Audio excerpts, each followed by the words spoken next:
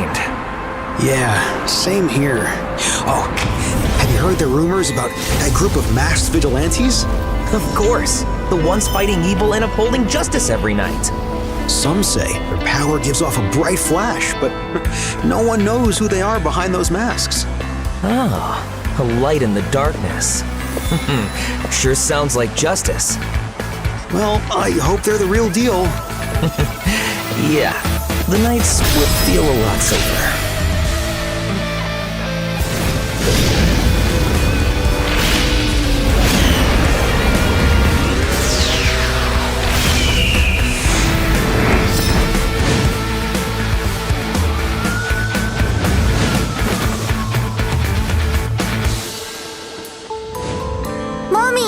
Mommy! Is the lady with the glowing lollipop coming tonight? You mean that brave young lady? She only appears in the darkest places. Really? She's not scared of the dark?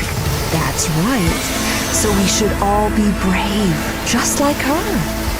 As long as you believe in her light, she'll be there to protect everyone.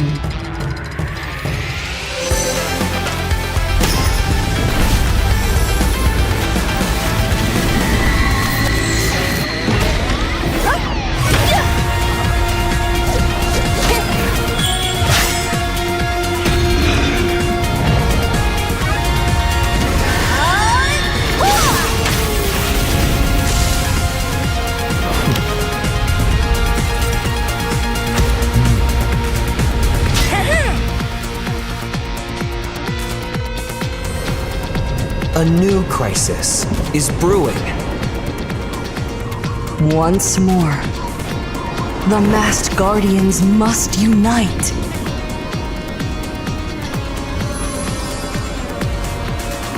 To defend the city.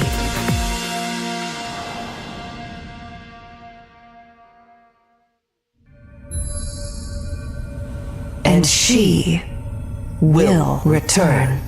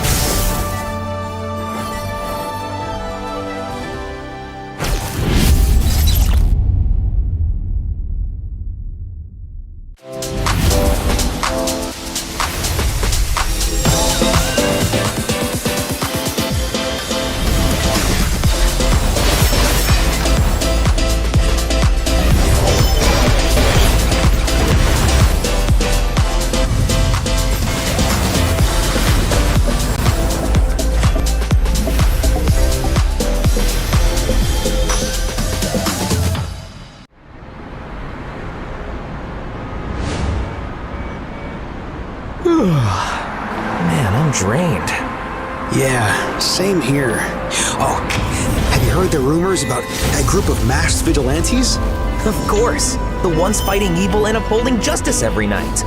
Some say their power gives off a bright flash, but no one knows who they are behind those masks.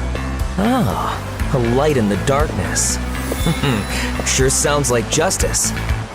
Well, I hope they're the real deal. Yeah, the nights would feel a lot safer.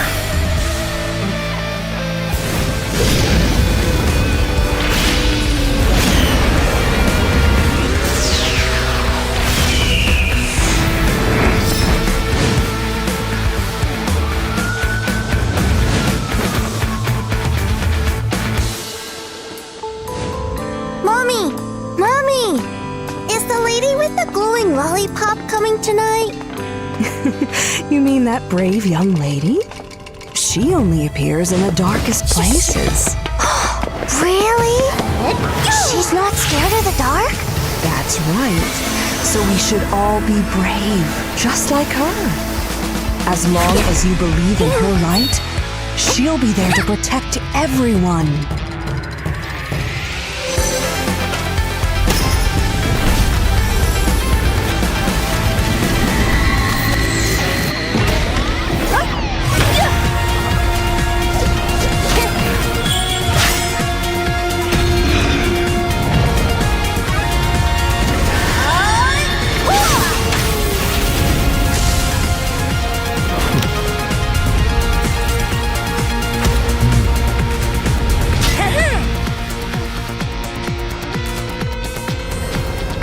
A new crisis is brewing. Once more, the masked guardians must unite.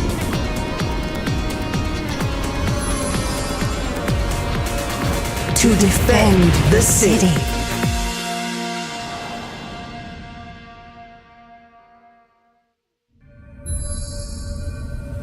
And she will return.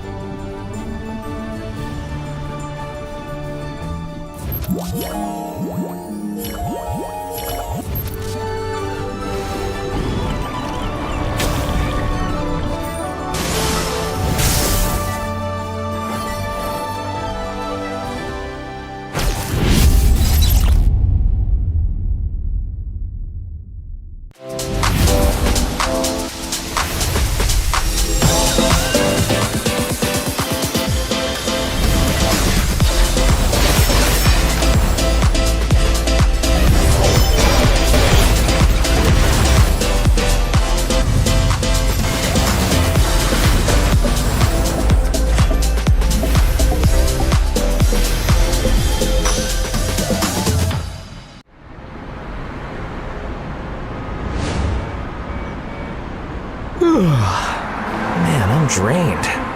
Yeah, same here. Oh, have you heard the rumors about that group of masked vigilantes? Of course, the ones fighting evil and upholding justice every night. Some say their power gives off a bright flash, but no one knows who they are behind those masks. Ah, a light in the darkness. Sure sounds like justice. Well, I hope they're the real deal. Yeah, the nights would feel a lot safer.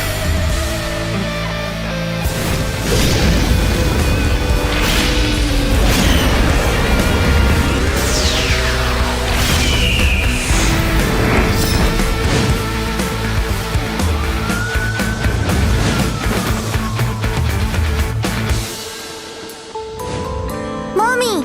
Mommy! Is the lady with the glowing lollipop coming tonight? You mean that brave young lady?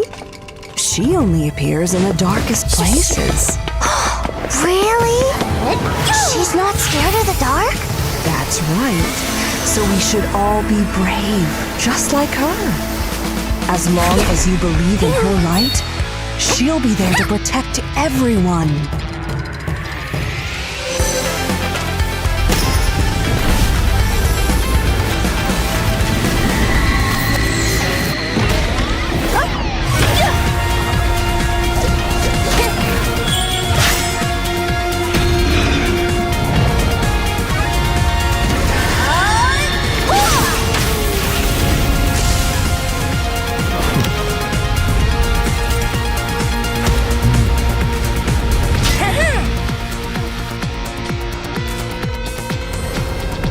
A new crisis is brewing. Once more, the masked guardians must unite.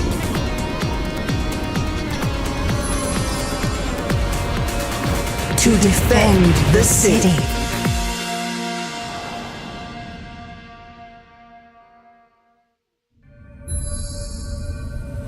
And And she will return.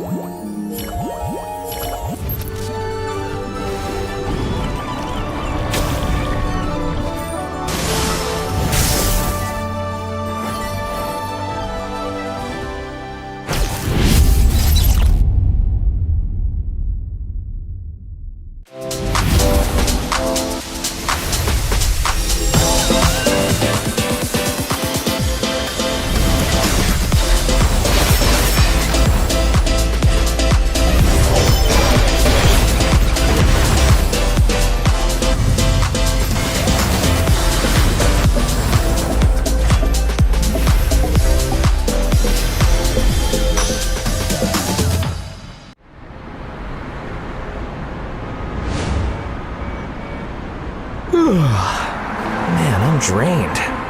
Yeah, same here. Oh, have you heard the rumors about that group of masked vigilantes? Of course, the ones fighting evil and upholding justice every night. Some say their power gives off a bright flash, but no one knows who they are behind those masks. Ah, a light in the darkness. Sure sounds like justice. Well, I hope they're the real deal. Yeah, the nights would feel a lot safer.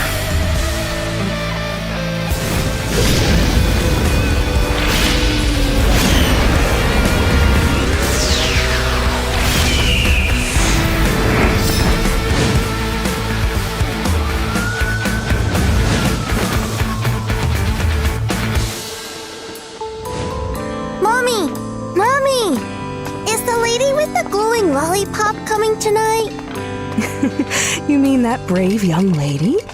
She only appears in the darkest places. Really? She's not scared of the dark? That's right. So we should all be brave, just like her.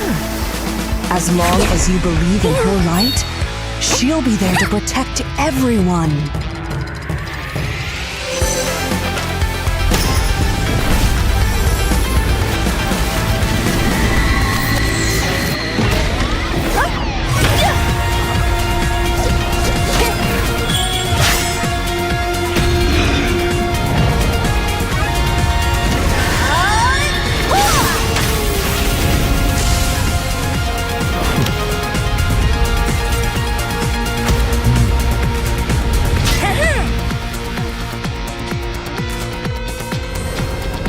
A new crisis is brewing. Once more, the masked guardians must unite.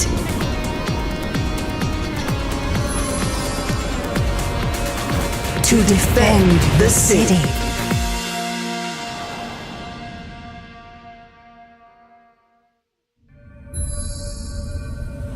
And she will return.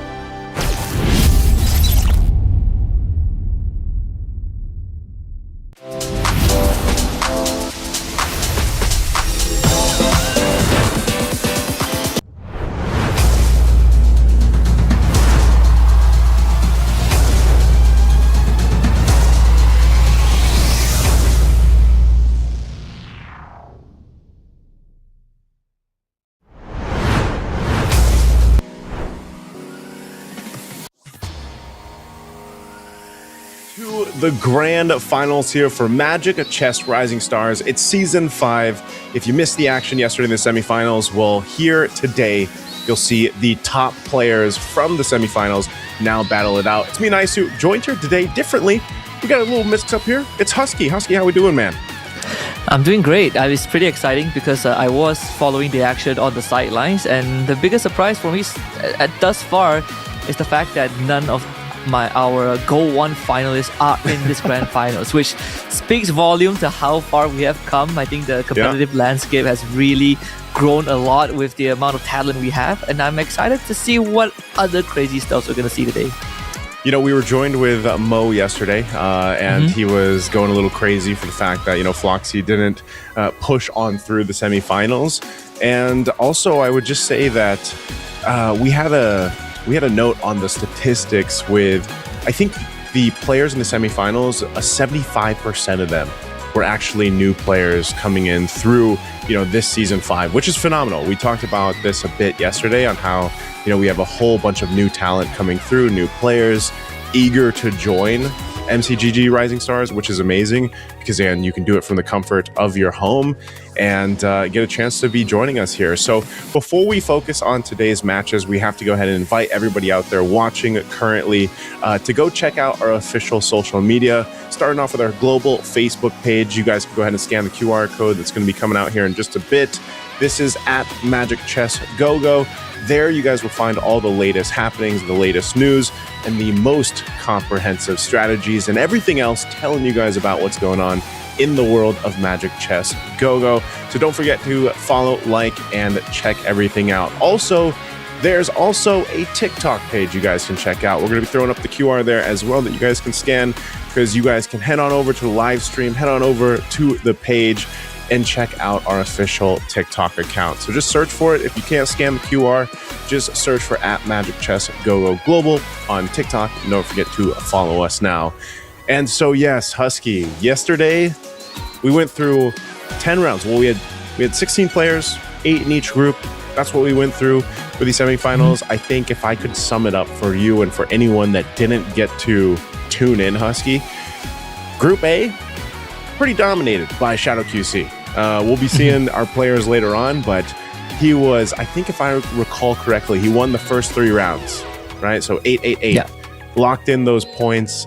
I believe he actually won 4, if I can recall correctly, 4 out of the 5 rounds, or he even had a couple rounds where he finished second. So Shadow QC is the guy to really watch from Group A coming into this grand final. Now, Group B, that was a different thing, Husky. Like, this is what me and Mo called this. This was the group of death. They were about neck and neck through the whole thing. There was obviously some clear takeaways, Sinta being one of them from Indonesia. Obviously the guy to really look out for. So I think that's what I'm really looking forward to the most, is that matchup between Shadow QC, how he performs, but also Sinta, if he can replicate what he did yesterday in Group B.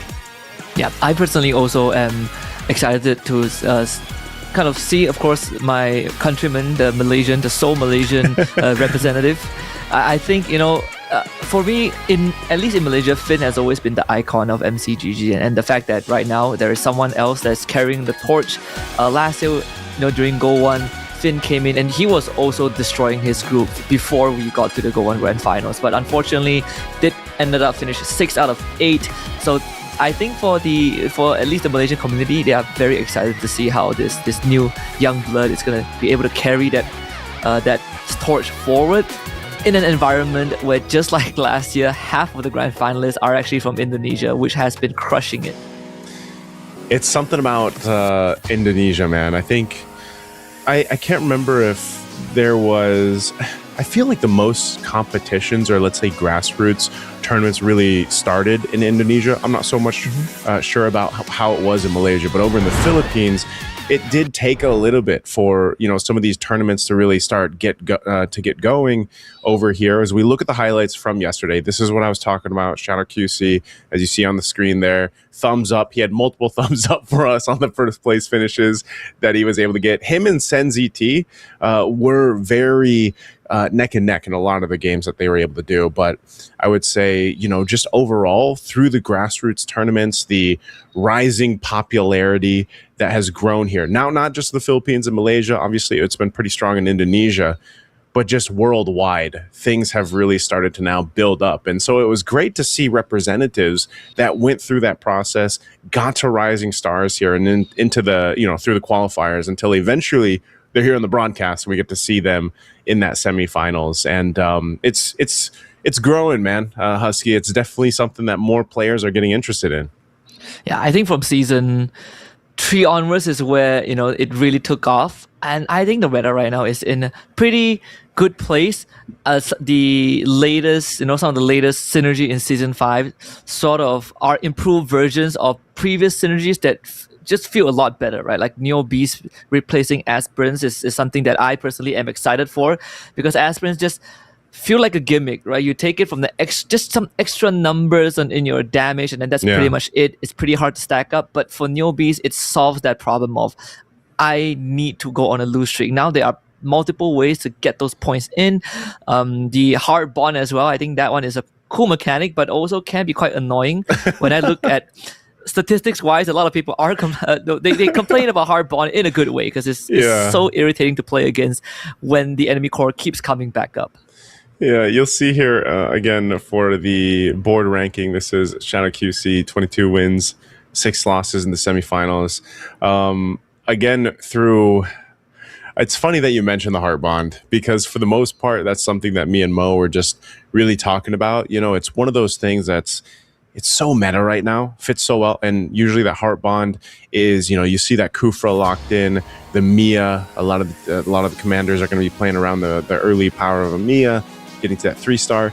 And sometimes it's so standard, it's so meta that it's a little bit hard to beat, unless you're able to go ahead and have a better early game and then transition. But what we really did see is, the priority on the Minotaur commander, enhancing those items even more to help with that build. Sinta, again, really dominating throughout his Group B. As we look at both of the leaders here, he went 20-7 there in that semifinals. But this was the highlight. If there's anything that I can tell you guys to go watch from yesterday's semifinals, we saw this twice. We saw twice the 3-star 5 gold cost Lancelot, man. And he almost got the 3-star Benedetta too. Like the fact that we saw 3-star Lancelot twice happen in the same hands of the same guy makes it a little scary to see what he's going to pull out here for the finals. Yeah, I remember he was like one Benedetta piece away from that 3-star too. And he also got basically the right setup for it, right? Like the Dyro power cut to speed up the process, and then he even got extra econ in that late game. So I think right now, at least my playstyle is I'm a very lazy person. I don't like to manage econ, so if I can get free econ off of my go-go card, that's what I will go for. Wait, who's your commander if you're that way? Is it Lancelot? Lancelot, yeah. Like Lancelot, I main Lancelot, but now I'm like pivoting towards Loyi every now and then. I think they're both pretty fun. Yeah, but I feel like the early tempo is also pretty important for right now's meta, because of you want to hit that hard bond early. You have the Neo Beast as well. Like the Neo Beast Dauntless is another thing that we can look forward to. Yeah, right now we're looking at the tournament format. Again, this is how things kind of fell in place with our semifinal yesterday, where we had a total of 16 players. That was 14 division winners plus the 2 wild cards that we had, and then they have proceeded. The top 4 players from each group ended up here in the final, and they'll be battling it out to go ahead and grab that championship. So, looking at this, again, we're running on an 18-point checkmate system. Any player who reaches 18 points needs only to win their next game in first place to get the championship title. And so this is our point system.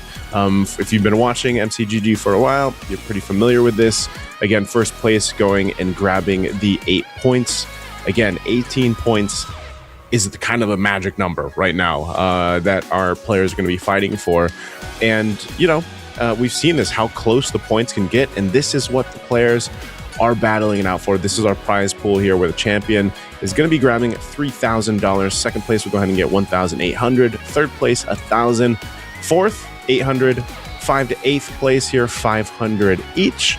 And then, of course, our competitors yesterday, they all got 250 each, those that didn't make it to the finals here. So they're all fighting for something. They're all fighting for a piece of this prize pool. Obviously, that champion, $3,000. Husky, would you spend all of that on Magic Chess? All $3,000? No, of course not. But I think a good chunk of it will go into some of the cosmetics that I personally like. Yeah, and again, this is our players coming out from Group A over and also Group B. We have Shadow QC, Senzi T, Gideon, Moon, Cinta MCGG. We had the rest of them there at the bottom. So we're going to take a look at their player cams here so you guys can get to go ahead and get familiarized with our players. But yeah, nonetheless, Shadow QC might be a contender for this, man. Yeah, this is a representation as well from Vietnam, because last year we didn't really have any players from that nation be a part of that Gold One finals. Of course, now it comes at the cost of the Burmese, because last year we did have Jerry. But either way, it's good to see like the talent pool keep on expanding, and even those late game meta pieces, the synergies. There are a lot of variety now. People aren't just gunning for the class, Hardbond, Cool from Mia, the 6 fighters with the 3-star Roger. You're still going to see a lot of bruises as well. Hardbond, man. I'm pretty sure I will. Yeah, but with the limited resources, I think the options to pivot are there, and I think that's what makes it fun. Yeah, Itagaki Kanoe was another player very, very promising that we got to see yesterday. Lungmat Pro, also one of the close competitors. Again, Group B, when you looked at it, even looking at Gran here, they're all very highly competitive. And it was almost to a sense where, yeah, Cinta was able to go ahead and really dominate certain games, but it came down to the wire. And that's why it was that group of death. So let's head on to our drafting phase. Again, we have potentially these 8 games that we're going to go through, but we'll have to see exactly if one of the players ends it before that, or we even potentially go past the 8 rounds here. So first commanders coming through. Of course, you're going to have a Ruby and Minotaur picked up right away. Those are probably 2 of the most common meta commanders you're going to see right now. And Angela for Lungmat Pro. It looks like, again, with how much do you think this strategy changes, Husky, from having these 8 rounds, at least potentially 8 rounds ahead of you? Do you go and pick up your strongest game plan right now, or do you kind of just wait and weigh out the board and the players here? I think at least for game 1 it's harder to decide that, because the pick order is randomized. But I personally would go for my strongest opener first, because I want to be in a more commanding position, right? If I can win that round and get that 8-point head start, it does make the rest of the rounds slightly more manageable in case things don't go well, because the goal is to get to 18 points first. So theoretically, the grand finals can end by round 4 if someone just snowball out of control. So I will go for the most powerful commander pick. So you'd go with Lancelot, is what you're saying? Only applies to me. I would go for Lancelot. Yeah, no, that's what I'm asking. Like, if you would go with the Lancelot here, right? Yeah, I mean, unfortunately, I can only use Lancelot once, right, in this format. So yeah, I gotta expand the commander pool a bit. It's funny because I saw a couple questions in the chat yesterday. They were mentioning, is there a ban or how does this work? Well, technically, it's think of it as, for a lot of the players that have even watched MLBB, like, think of it almost as like a global ban. Like, you can't pick the same commander, at least for you, the player, twice, right? So technically they have to go through multiple different commanders, multiple different strategies, and that's why the professional players like this are so adverse to all these different commanders, what they can do, what kind of nuances they have, because that's something, as we saw, just how much of a change some commanders can have and some don't have as much of an impact. But as we jump into the game, let's go ahead and see what we are gonna have built up first. A couple Neo Beasts are eventually going to come into here, and then we'll see what cards are picked up. Our go-go cards, first off, they're mostly, from at least what we saw for me and Mo yesterday in the semifinal, most players obviously are picking the cards that go with their commanders, but there are some changes here as well. You can see the PNK actually power being picked up by Cinta. And he actually went he actually got the hard bond already. So what Yeah. a start for him. Just the Alucard and the Kufra, but the Kufra is the important piece that he was looking for. And funnily enough, he actually lost the creep round earlier on. So Yeah. he did lose that 1 HP. Not too big of a deal, but I am interested to see how Gideon's going to play out this Ruby, because it essentially gives you so much sustain on the battlefield as long as you get a piece that can continuously get takedowns. In this case, it does have the Leona to work with. And Yeah. if you get the 2-star in this Leona, Gideon has a pretty good chance of snowballing the early game. Yeah, we saw this yesterday. We actually saw quite a few players go with the, 2 Neo B setup. It was interesting because ideally you want to just take the losses. You just want to go ahead and build up your chest there. But it was interesting because if you actually get a pretty good start, let's say RNG is a little more in your favor and your game plan is this way, we actually saw where you get on a winning streak and you have the Neo Beast and you kind of just end up popping the chest out about like 100 or so, because you're just, you're continuously winning and it's just slowly being built up. But we'll see if that ends up happening for any of the players here running with this. We're going to take a look at Cinta. He's got this is something that we saw yesterday too, man. We saw the Nana Commander really coming in clutch in one of the rounds yesterday where, just with, I think maybe, if I remember right, 11 HP, utilizing that built-in sort of extra life, if you will, that Nana brings. Yeah. I think in a meta where a lot of other players out there are looking for tempo play, going on the lose streak with the Nana is actually quite a smart way to approach it, right? You gain priority in the carousel, you avoid one fatal blow, and you get 2 equipment chests off of that. It can make the difference because you essentially get an equipment advantage of +2 from that mid to late game onwards. And I think you also help build up your econ along the way, which is why I think for Cinta, MCGG doesn't mind going on the lose streak as long as you watch out for the health. I think you probably pull the brakes around like 60 or like halfway through the second stage to start building up some momentum, because you don't really want to put yourself in a spot that is too vulnerable because you lost too much HP. Yeah, you wouldn't want to be in that position right now. As we're taking a look at Shadow QC, this is what I was hoping for yesterday. It was kind of like on my personal wish list was the soul vessels, because I know he's got the 1-star Dijang right now, but we didn't reach more than that. It was just something that a couple of the players brought out, but they didn't fully build into it. And I'm just one of those people that's like, you know what, if you're seeing all this meta, let's see some non-meta synergies happen here, and that might be one of them. Cinta's actually going to be very quick to go for, what's that, the Rafaela? I think so. So Yu Zhong's going to be taken by Sen. I'm going to grab the Fred. So items being prioritized here by everybody else, pretty much. Gron getting a winner crown already too, so that's a good defensive item. Let's see, what did Jack? Was it? I think for did he grab? Cinta, he did go for this. Should be it's the Florin. Yeah, so it's it's a Florin. Yeah, okay. Yeah, it's a Florin.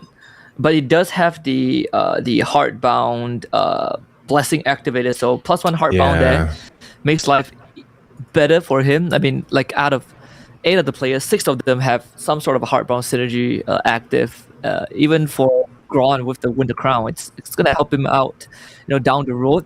So get some better tempo because he does have the fighter, 3 scavengers, and 2 marksmen. So he's good in econ, but he's also pretty good in that survivability. Yeah, and as we look at Itagaki here, will he actually come through with this? I mean, he's still got the Heartbond. Yeah, he's not gonna survive there. Wasn't in time to get that off, but close enough. Maybe when his Mia gets some of the items that he needs. Looking at Moon.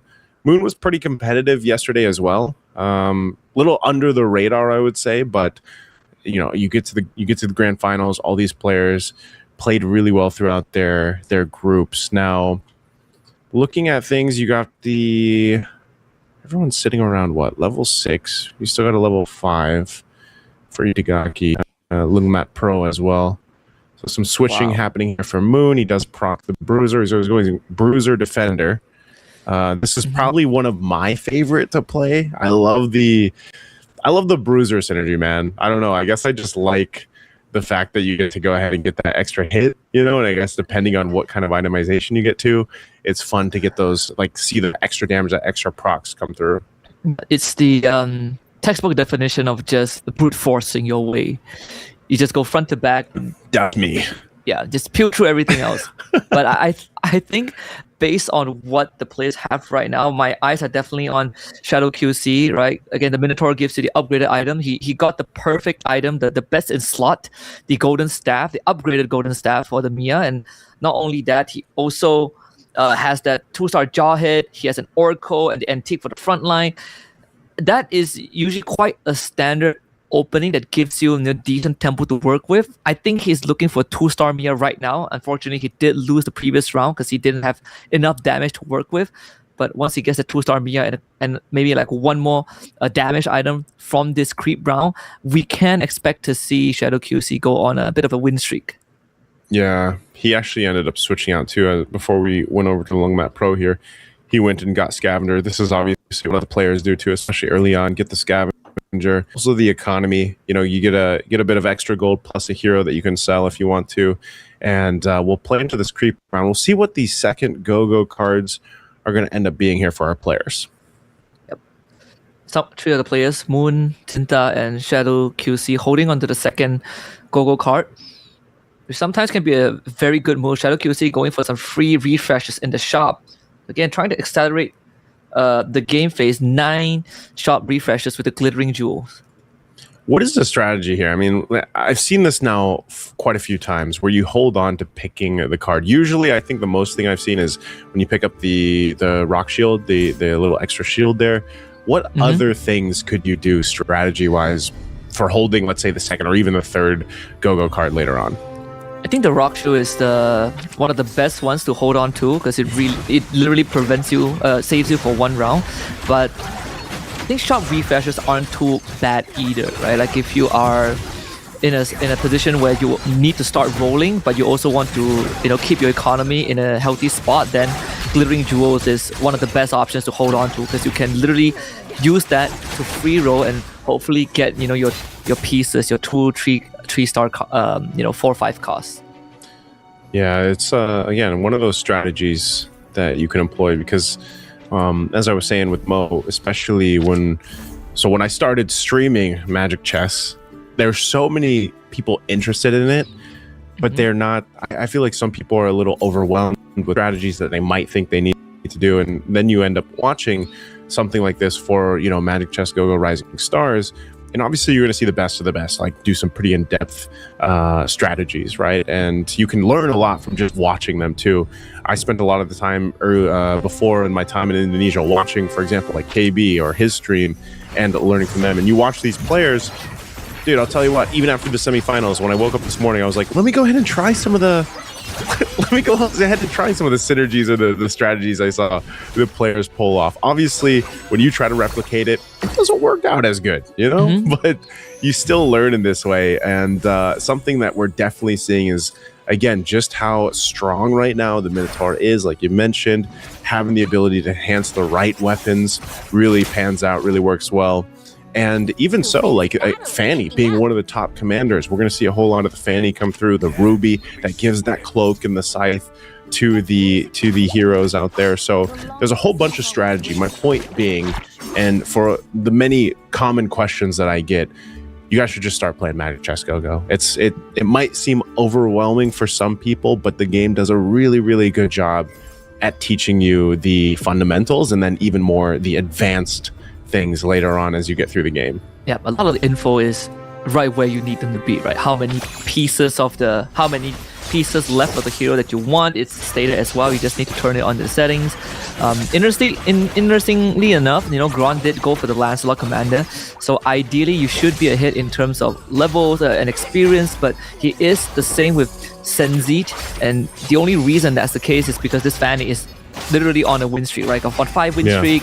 So he technically has 9 hero pieces on the board just because he's a Fanny, and that does, put Gron behind a little bit, but not by much. I think the biggest challenge of playing Lancelot is that, yeah, sure, you get your levels eventually, but you have to really know how to manage that board. And a lot of the times, if you can go on a win streak, that would be the best case for Lancelot. Extra econ helps him mitigate the fact that he just splurges all your gold by the end of the round.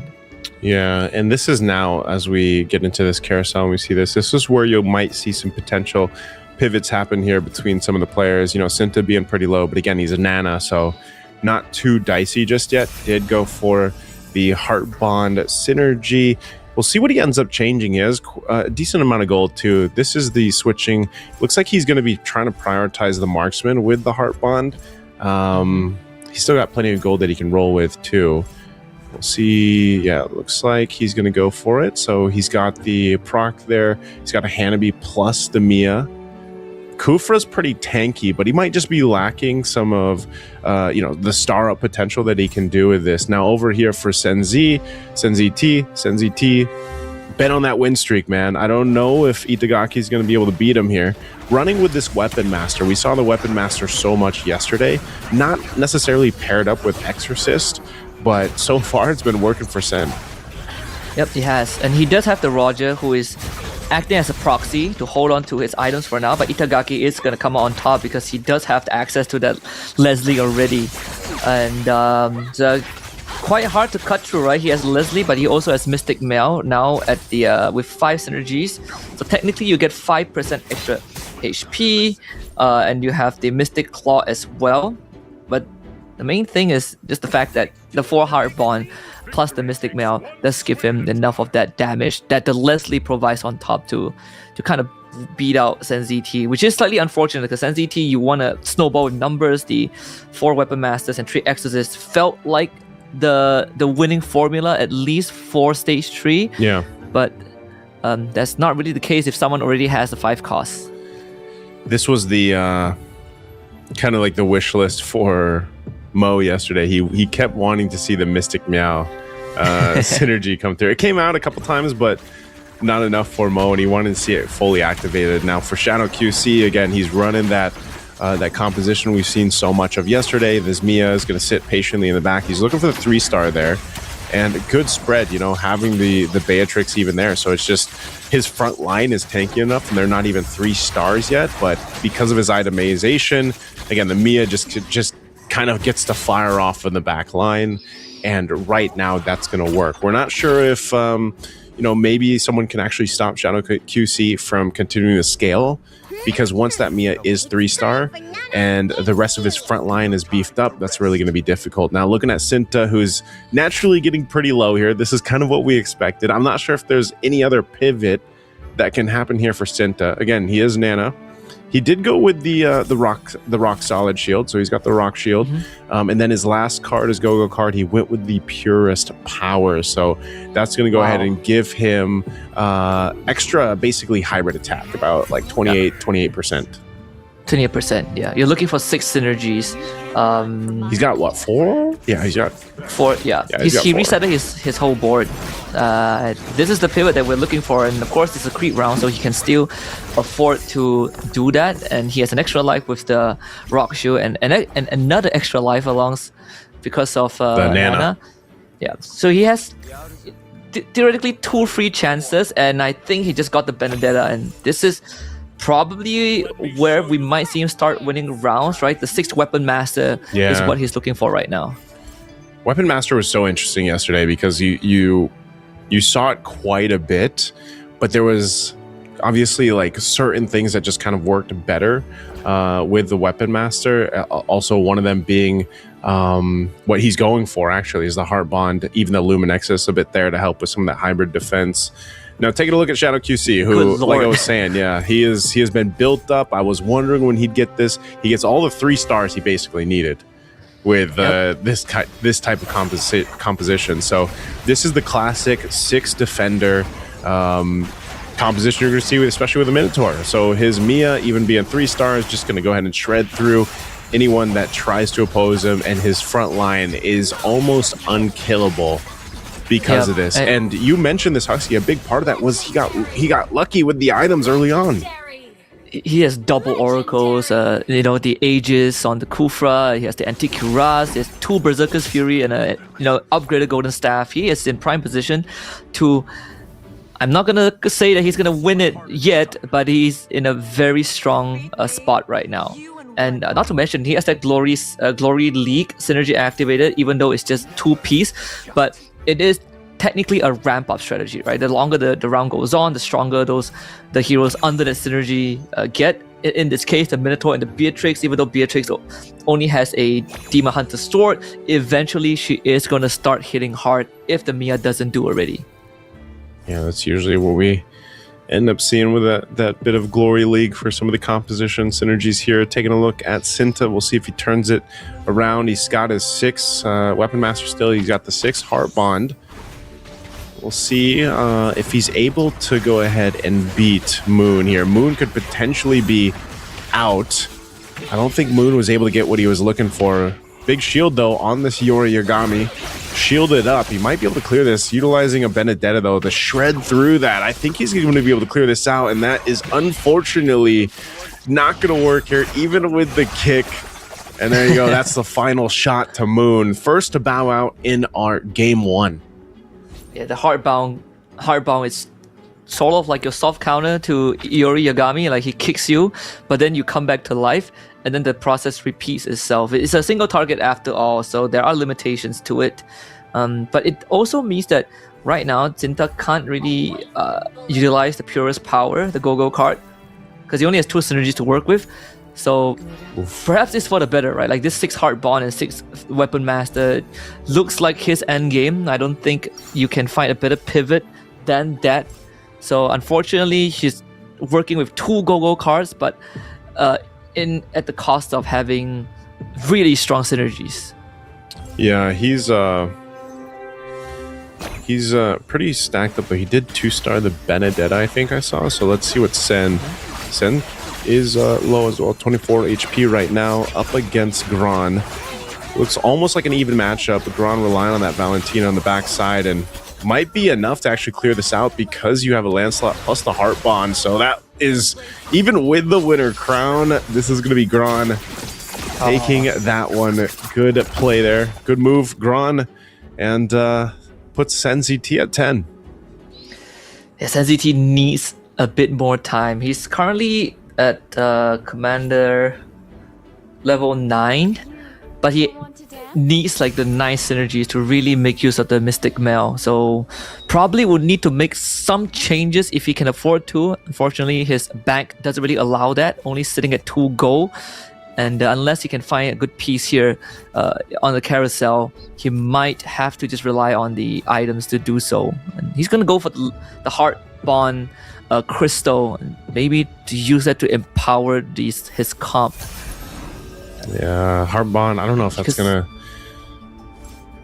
gonna help him or not. Let's see he doesn't if he have money ends up to switching. roll. Yeah, he's got no money. Oh, might get it. It's Luminex's Stargazer. Oh, he already has Rafaela. Yeah, that's 8. It's the Heart Bond crystal. Can he create a 9th synergy? Doesn't seem like it. He will have to win the next round.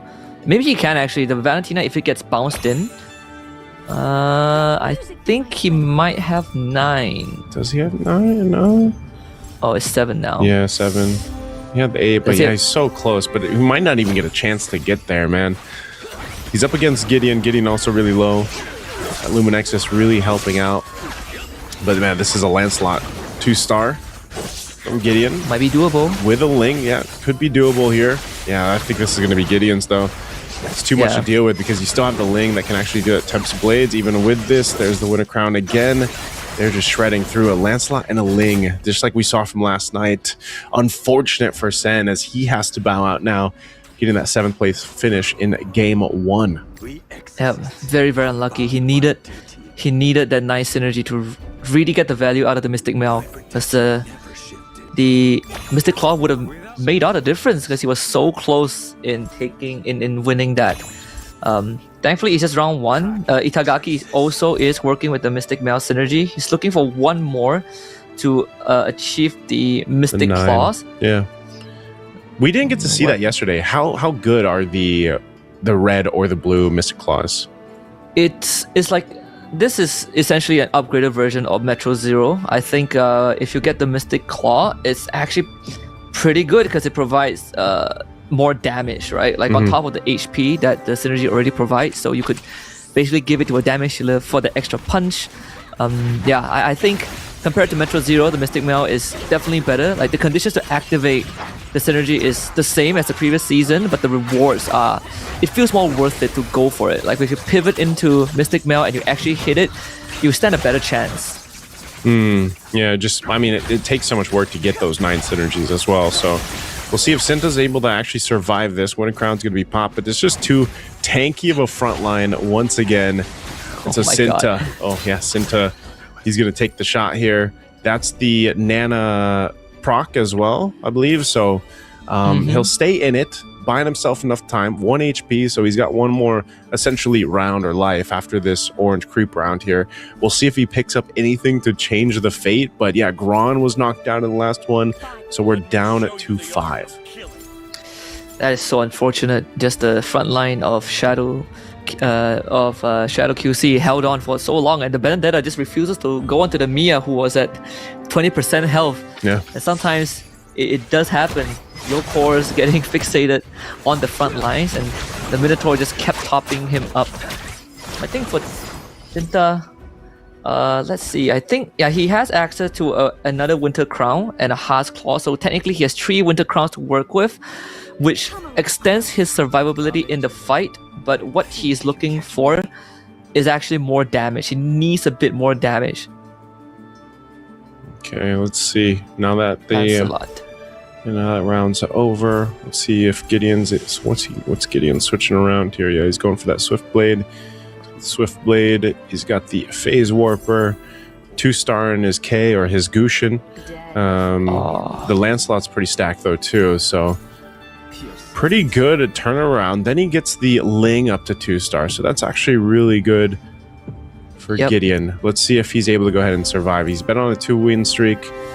He's going to go ahead and face up against Lungmat Pro. So with the Lancelot and the Ling sitting at 2 stars, this is a whole big power spike essentially for him that he can jump in. You see him actually shredding through, but I don't know, his Ling and the Lancelot, even with the Winter Crown, so that's enough time to buy for the Ling. So close. Imagine if he didn't just 2-star that Ling. Yeah, that is actually very, very close. That 3-star Fred almost took him out, but we are going to lose Cinta in this round. He was 1 piece away from the 2-star Lance. I think the 2-star Lance would have been the next difference maker for him. Yep. He was also looking for Roger pieces, and there were plenty of Roger pieces left in the pool. I think none of these players actually are aiming for the Roger, but he just didn't have to go to do so. So we get the KOF for Shadow QC. 4 marksmen, 6 defenders, one of the most classic comps since the dawn of MCGG. I don't know how you are going to peel through this cool front and Minotaur at this point. It's pretty standard. There's also a 3-star Hayabusa being built in now by Itagaki. Shadow QC just lost his last round, but I don't know if he's going to be able to really change too much with his lineup right now. Let's see how he ends up playing, but Itagaki, after that, getting that 3-star Hayabusa. This is what Mo definitely wanted to see too last night. He wanted to see how exactly a 3-star Hayabusa worked. We didn't get to see it too much right now. It's doing work with the Shadow Kill, having a Lancelot to boot, and that's going to be enough to go ahead and clear this out against Gideon. So Gideon taking the 19. He's going to have to bow out. We are down to 3. Yeah, it's actually pretty good because if you catch the Ling as he comes down with the Tempest of Blade, your Shadow Q could actually just one-shot the Ling, and that's actually what happened in that round. The Ling decided to hop off the skyscraper and got deleted. Oh, we're down to 2. Still 2. Pretty close though. Down to 2 is him and Shadow QC. This Hayabusa could be the key. Like that Shadow Q, all he needs is for it to bounce to the back line to take out that Mia, and then he will have a way better chance. In fact, this whole comp allows him to do so. You have Lancelot that can dive, the Shadow Q as well, a 3-star. It deals I think like almost 9k damage per pop. Yeah. Which I think is sufficient enough now that he has 8 Mystic Mail synergies. I wonder if he'll end up hitting the 9. Let's see how he does against Shadow QC. It's him and Itagaki for a game of 1. Is the 3-star Hayabusa enough? Once the shadow kill is going to pop, he gets to the back line, but the Mia's still firing off, so pretty distracted up here by that front. He finally does some more damage. The Lancelot's going to go ahead and jump on the Mia. He's got to take care of the Mia. The Heart Bond, though, still going to be enough, at least for now, unless he can get one of the assassins back on it. Oh, the shadow kill. Heartbound's going to proc once again. He should be able to clear this out. Mia's up, but the Hayabusa's so close to another shadow kill. He'll pop it off and make work with the Lancelot, winning the round against Shadow QC. Yeah, a lot of the groundwork was laid out actually by the Lancelot and the Leslie. So every time the Leslie uses her ult, you actually fire 4 more shots at different targets, and those shots were basically scattered, and they were hitting onto the Mia every single time it procs. And then you have the Lancelot who just thorn roses to the back line every now and then. They chip away the Mia health, and once you proc the Heart Bond off the Mia, you take her out of the fight for 3 seconds. There's a lot of time for you to start working on the rest of Shadow QC's board. And by the time the Heart Bond character goes down for the 3rd time, it extends to a 5-second revive timer. That is the win condition for Itagaki. So that Leslie and Lancelot are putting a lot of the weight. Yeah, Leslie, Lancelot, working really well there. I mean, there's also a reason why Shadow QC just went and, he's had a Leslie himself, but it doesn't want the potential for another Leslie to build up there. We're going to go ahead and take a look. Shadow QC's POV here. He's got to deal with this again. Tanky lineup. He put the Mia now on the other side, I believe. Didn't change too much. He did activate that Heart Bond up on the front line here, but this one is actually going to clear it out. So even with the Hayabusa, there was enough there to change. The Lancelot from Itagaki is going to be back up. Still has to burn through this. Has plenty of HP, though. Plus those Heart Bonds from earlier. So that looks like it's going to be enough as we can clear out. No, we can't. Oh, so close. That was actually really close. The Face Warper helped out the Hayabusa. Every single time the Hayabusa gets brought down to, I think, 40% health, he just goes back to 100% health, and then Shadow QC's board will have to start their hard work all over again. I think the reposition was actually a pretty smart move because it helped them eliminate the Leslie and extend the lifetime of this Mia. But now the Hayabusa and Lancelot become the next problem. They just could not shake off these 2 cores because they have so much iframes. Yeah, we'll see if Itagaki ends it here. He's got the 6 Heart Bond. I think he's still fishing to potentially star up someone if he can, but might be able to just win it here against Shadow QC. Once again, same combination. Shadow QC not changing too much left of it. Same work's it's just gonna come down to what the Hayabusa is able to do with this Lancelot. So it's going to get pretty dicey as Leslie's going to get lost here after taking that final shot, and now it comes down to it. But this Mia still coming through with the Heart Bonds there. They're going to proc that, and we'll see it. There's the Shadow Kill. He's going to go for that clear again with a Phantom Execution too, and the Hayabusa will get another Shadow Kill through. And there you go. Itagaki makes work of it, gets the W in game 1. Yeah, working in silence behind the scene with no one basically keeping track of him. He does have the Diggy as well, so you get that mirror device to hit that 3-star. And better yet, no one was paying attention to the Hayabusa. So once he hits that Hayabusa, and he has a Lancelot that has an Antique Cuirass and Sea Halberd to act as a utility to reduce healing from all the sustain from the Oracle and the Minotaur, I think that already put him in a very good spot. And again, it's so hard to shake off the Hayabusa and the Lancelot when they have iframes, when they're just darting around and they deal so much damage. Yeah, I feel like, again, this is why Mo is really adamant on seeing the Hayabusa, like hopefully getting to 3-star like we actually got to see here. But paired up really well with the Lancelot. And you see that the Lancelot Ling combo, but this time to get this win here, it was definitely the Hayabusa and the Lancelot working together. And like you said, Lancelot just becomes kind of this pseudo tank in a way because of also that anti-harass and just being able to the way he moves. And that's the iframes that Husky's mentioning here, but also just having the 6 Heart Bond. I don't think we didn't see anybody get to the 9 Mystic Now synergies. Maybe we will eventually. through our rounds here, but as you mentioned too, the phase warper really coming in clutch here for Itagaki.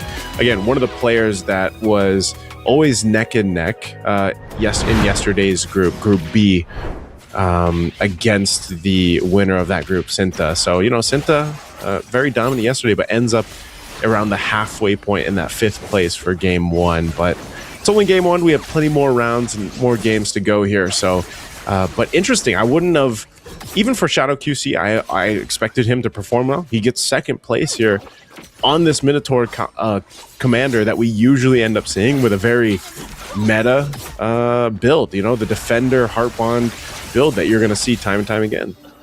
Yep. And then I did say that, it's not 100% guaranteed that he's going to win the whole game, but it will at least put him in a very good spot. And he just has a lot of residual health, so that even when he starts losing rounds, eventually to Itagaki, he still was able to hold on for another 2 to 3 rounds and finish 2nd and get 7 points, which in the grand scheme of things is not too bad, because his entire composition just couldn't deal with this Hayabusa Lancelot that Itagaki spent a lot of time just collecting, because no one else was focusing on that. So sometimes it's these moments, right? I think last year we had a lot of focus on people wanting to go for 3-star Guinevere, 3-star Hanabi, and then other players, especially the Indonesians, started looking at the Valentina's 3-star as an answer, and those magic damage that can penetrate the backline without having to interact too much started becoming meta. The mage synergy plus Valentina.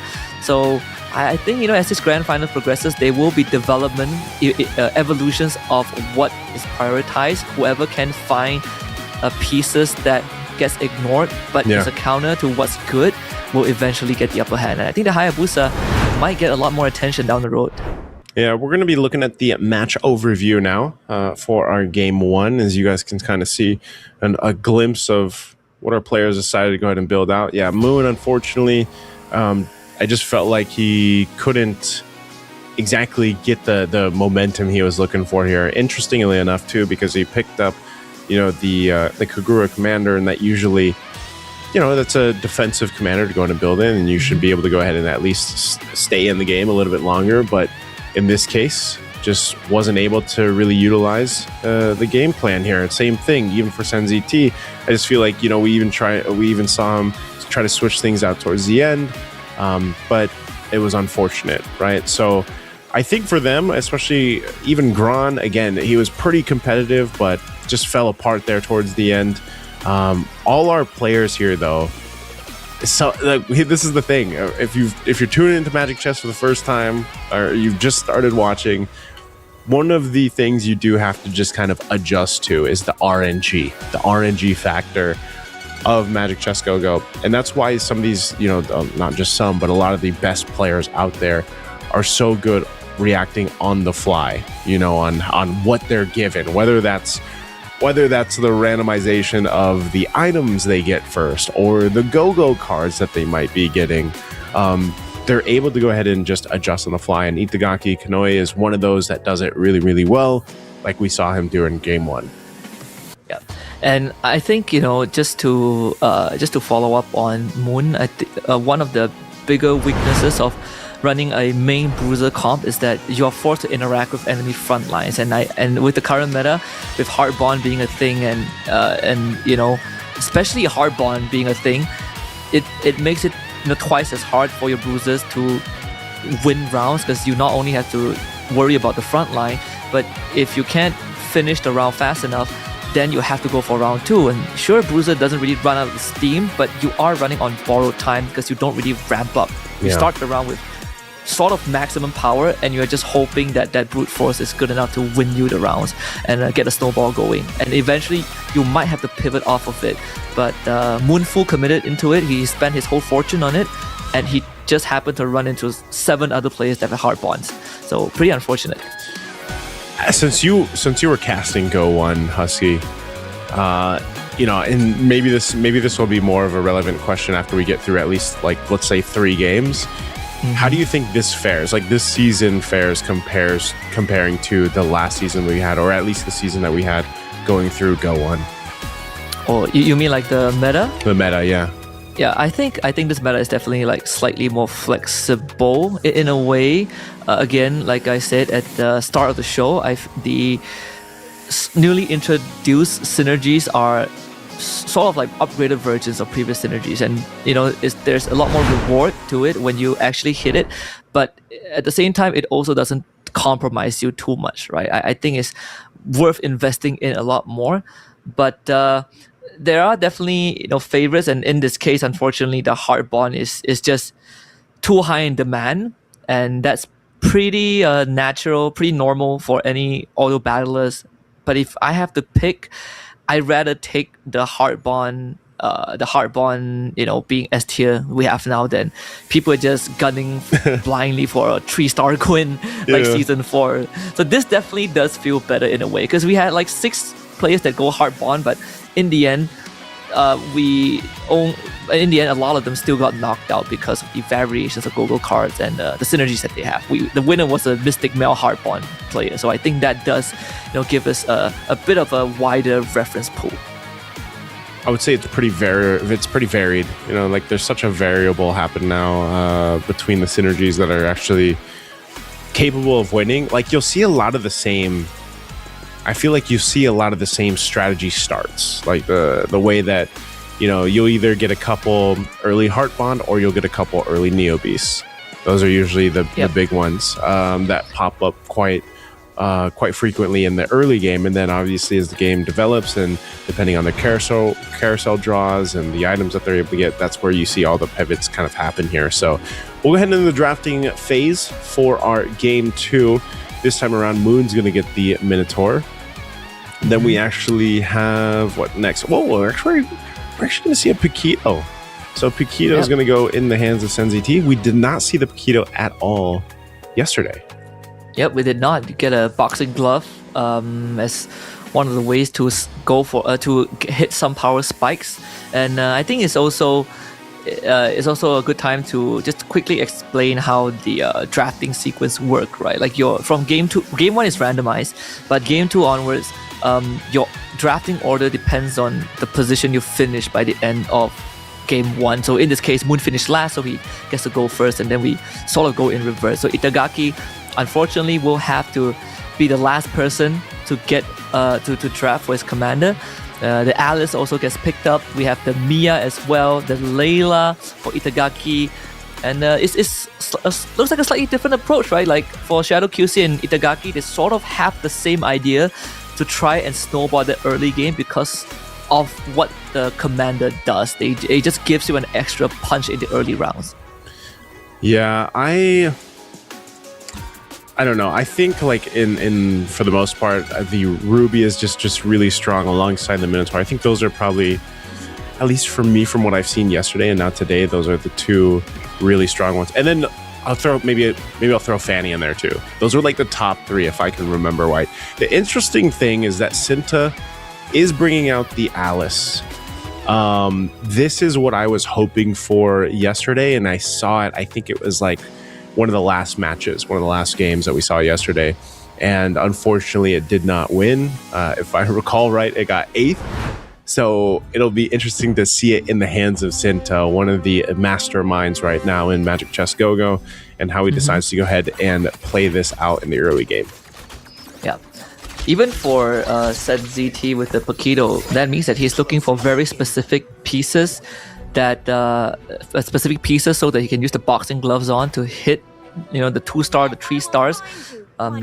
Depending on the synergy that he goes for, if he goes into Heart Bond, which it does incentivize you to go down that route just because you have ways to duplicate your pieces, then the Kufra and Mia again will be the forefront of the conversation. But I think for Cinta himself as well, because he does have the Alice, that means that you sort of fast track your hero pieces leveling up. Like you no longer need identical pieces. You can just get the 2-star when at your convenience. How is the Paquito like in terms of strength? Like it's more of a tempo play, right? Because if you're even looking at it, you can see he already got that 2-star think it was the Benedetta that we saw from that frame there. But looking at Gron, this is, like I said, the Ruby. How's the Paquito in terms of tempo? Does it give him a better early start, or is it more so for a late game commander? It feels more like a mid to late because the boxing gloves, you're looking for 3 and 4 costs. And even 5 costs, right? Because the Fist of Glory, while the first tier of the Paquito at round 2-1 and 3-1, you get a 3 gold and 4 gold boxing glove respectively, and you can only use it on hero with the same cost. And then later on, you get a 5 gold boxing glove. So definitely mid to late tempo. So if Senzi T can go on that win streak, you can start working on your 3-4 cost board, which coincidentally also coincides with your Kufra Mia board, and then when you hit that 5 cost, then that's where you can start looking at Lancelot with your 5 gold boxing gloves. Yeah, we'll see how that does. Also, even with the Alice, for Cinta, like I mentioned, I like the fact that you don't have, you can kind of play around her power, the gaze to go ahead and help it so that you can, I guess, star up. They're not really starring up. I guess they're just being consumed in a way. And you can get to that potential, what is it, 4-star, I think it is, the max one. But we'll see if it ends up working here. Everyone just kind of finding their footing, obviously, in the early game. Even looking at our 2 Neo Beast runs right now with Cinta and Gron, I'm not sure if they're going to continue to just lose to get those points and then maybe pop the chest at 300. I think they wait for what they want to. That's why they also have the Scavenger, again, playing for the economy over here. Gideon is off to a great start, plus playing the Lancelot, so sitting at 100 HP, just building in. I think he's got a bit of a mix of synergies going on. He's actually going to be facing against Moon here. You can see he's got the Dujang out, so he's got the Soul Vessels going. Yep. And even for Shadow QC, again, I sort of talked about how there's a chance that because he is going for this Mia, he's going for early tempo play, but it also works pretty well with the comp that he ran in the previous game, the Heartborn Kufra Mia, because he went for the Commander Gogo card of Mia, which if you take someone, you get a takedown, you restore 20% HP to an ally, which means that you make an already hard to take down front line even harder to take down, right? Like you keep topping them up. If he can hit, the same sort of at the same comp with like the Minotaur and the Kufra, and supercharge this Mia like he did, then we can expect Shadow QC to end up in the top 3 again. Yeah, that's such a deadly combination. Mia for Mia, basically. See what he ends up picking here in the carousel. Limit Pro is going to go grab the Barretts. I don't know if there's that much good for picking there for Shadow QC, but might just end up, not sure if he's going to actually use the Terry Bogard. Okay, so Terry Bogard there. Still playing into his Mia. Now for Lungmat Pro, he's going to be switching into the Weapon Master with the Toy Mischief. The Toy Mischief was really fun to watch yesterday, man, because the Toy Mischief with the rockets and obviously like the toys that you get to equip, we did see it a lot on the Alice. Like there were some plays going for the 3-star Alice, and then you've got the 6 Toy Mischief synergy going. You got to see rockets flying everywhere. We also got to see the Ling. I believe that was even one of the highlights posted up on the Magic Chess Go-Go Instagram. There was just Lings flying around with the rockets all flying over the place. Another very strong synergy that can eventually be built out. But right now you can see there, you look at Shadow QC, just win streaking time and time again alongside Lungmat Pro. Yeah. One of my favorite synergies is actually Toy Mischief as well. I think it's a very fun cool gimmick in a way, right? Like obviously there are RNG involved in the items that you get when you hit it for the first time, but if you invest enough into it and you actually hit the full Toy Mischief synergy, suddenly you get this massive power spike. But in this case, if Longmat Pro is already on a win streak, then there is slightly more incentive for him to keep going down that route. Because I don't think anyone else is looking at a Toy Mischief. That means he has free reign of it, except for Gron. But I feel like Gron is probably going to pull off that Toy Mischief pretty soon. Yeah, and I believe he's already got, Longmat Pro's already got the 4 Toy Mischief. So we'll see. Gideon right now going against here. He's got he's actually playing around the KOF. synergy. Might not be able to win this because this is what we were talking about with Shadow QC with that Mia. So the damage is going to be coming through, especially with that Lunar Longbow. So unfortunately, he'll take the L here, Gideon, but still needs time to go ahead and build up. He's got a full board there that he can kind of work with, and he's going to be playing for the economy, of course, on that Lancelot commander. Yep. Essentially, having Mia as a commander and going for the Mia Go-Go card gives you the extra attack speed already when you don't have your golden staff, like how he did with the Minotaur, but you still have extra output because of your increased attack rate. But not to mention, your commander itself deals percentage HP damage every time she fires, which helps you deal with enemy frontline. So you, even without items, you technically are working with a pseudo DHS, which is always good. That helps with the early tempo play, which is what we are seeing right now, right? This is going exactly to plan with Longmat Pro snowballing because he has the Fort Toy Mischief and Scavengers and Shadow QC, just because he is running almost the same comp with the Mia, but having the Mia commander as well. Yeah, I'm taking a look. Let's see. After that creep round, we got the cards coming through. Cinta being at the lowest health, he went with the premium client, so he's going to get a chance to get a potential refresh. We've got Gron going with the steel front, so some defense. We'll see if that's enough to go ahead and keep them up. And over at top, the two that have been on the win streaks right now, they'll get a free refresh drop, the adequate stock for Shadow QC, and then Glorious Rogue getting that Claw Theft device for Longmat Pro. Cinta, again, it's, I don't know, man. I don't know if this Alice is cursed or what, but he's got some decent economy to play around with. I think he's going to eventually pivot into whatever he's planning here, because this just isn't it, right? What we're seeing on the board right now for him, this is not the eventual or the game plan, at least currently. So we'll see what he ends up going. He does go for the level up, so he gets the level. We'll see if he ends up changing anything as we go on through. Eventually, he will have to decide on who to invest in, right? That's what the Alice is good for. You start up the hero that you want faster, but you also boost their stats if you get an identical copy. So contrary to having a Nana, he doesn't have that second chance, and now he's already halfway through his health pool and on a 3-round lose streak. So some important decisions need to be made, even for Moon, who also just dropped down to 69 health and trying to run the defender marksman build. Unfortunately, doesn't have a solid enough front line to deal with, to work in these rounds. And contrary to that, Gron this time basically investing a lot of that output into his Yuzong, giving the Ruby Sight to the Yuzong and having 4 bruises, and Yuzong also gets to trigger extra attack with the bruiser trait because of his passive, allows him to kind of chew through your front lines quickly if you don't have the right items. So one of my favorites actually is using that, like I said, Bruiser was one of my favorite, but the Yuzhong, because he actually, even just as a 1-star, he can actually do quite a bit. You get the right itemization on him, he's able to go ahead and tear through a lineup. So we'll see. Cinta's getting pretty low here. Has he decided to go ahead and invest just yet? I'm not sure if not quite.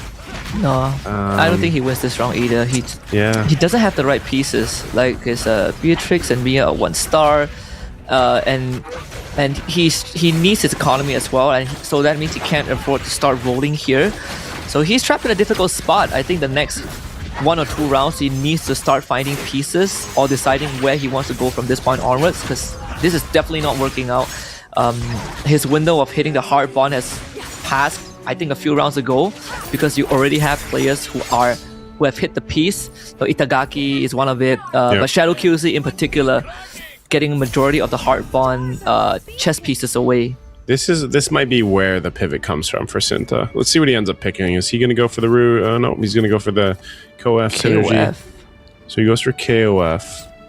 See what he's been planning at all along. He is sitting at the level 7 commander. So Longmat Pro, grab the single control. Go ahead and grab that. Now at this point, unless something drastically changes, Cinta could be facing first elimination, which would be, quite a surprise. Again, just how strong he was showing things off yesterday, but again, there's plenty of rounds to go through.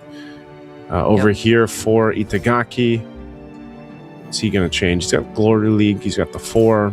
I don't think he's going to change much more. He's holding on to quite a bit of gold too, so he can actually, he still has time to go ahead and pivot. He's quite healthy here.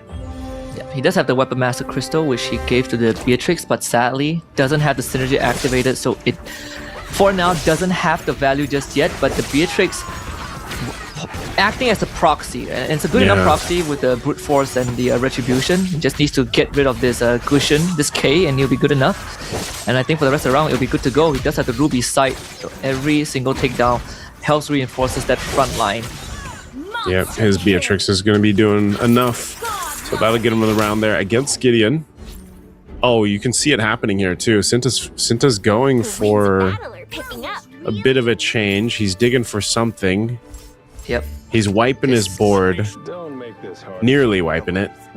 What is Sinta gonna do here? He's hunting in the shop, man. But I don't think it's going too well. Yeah, he was redrawing the cards too. This could be the last round. Like he definitely wishes he had enough HP for one extra round, because then you will go into the creep round and get sort of like a buffer. Yeah. But this is the last resort. He's gonna throw everything onto a 2-star Roger and just pray it works. And right now against Gron, I feel like it could. It could. The Roger could be the key.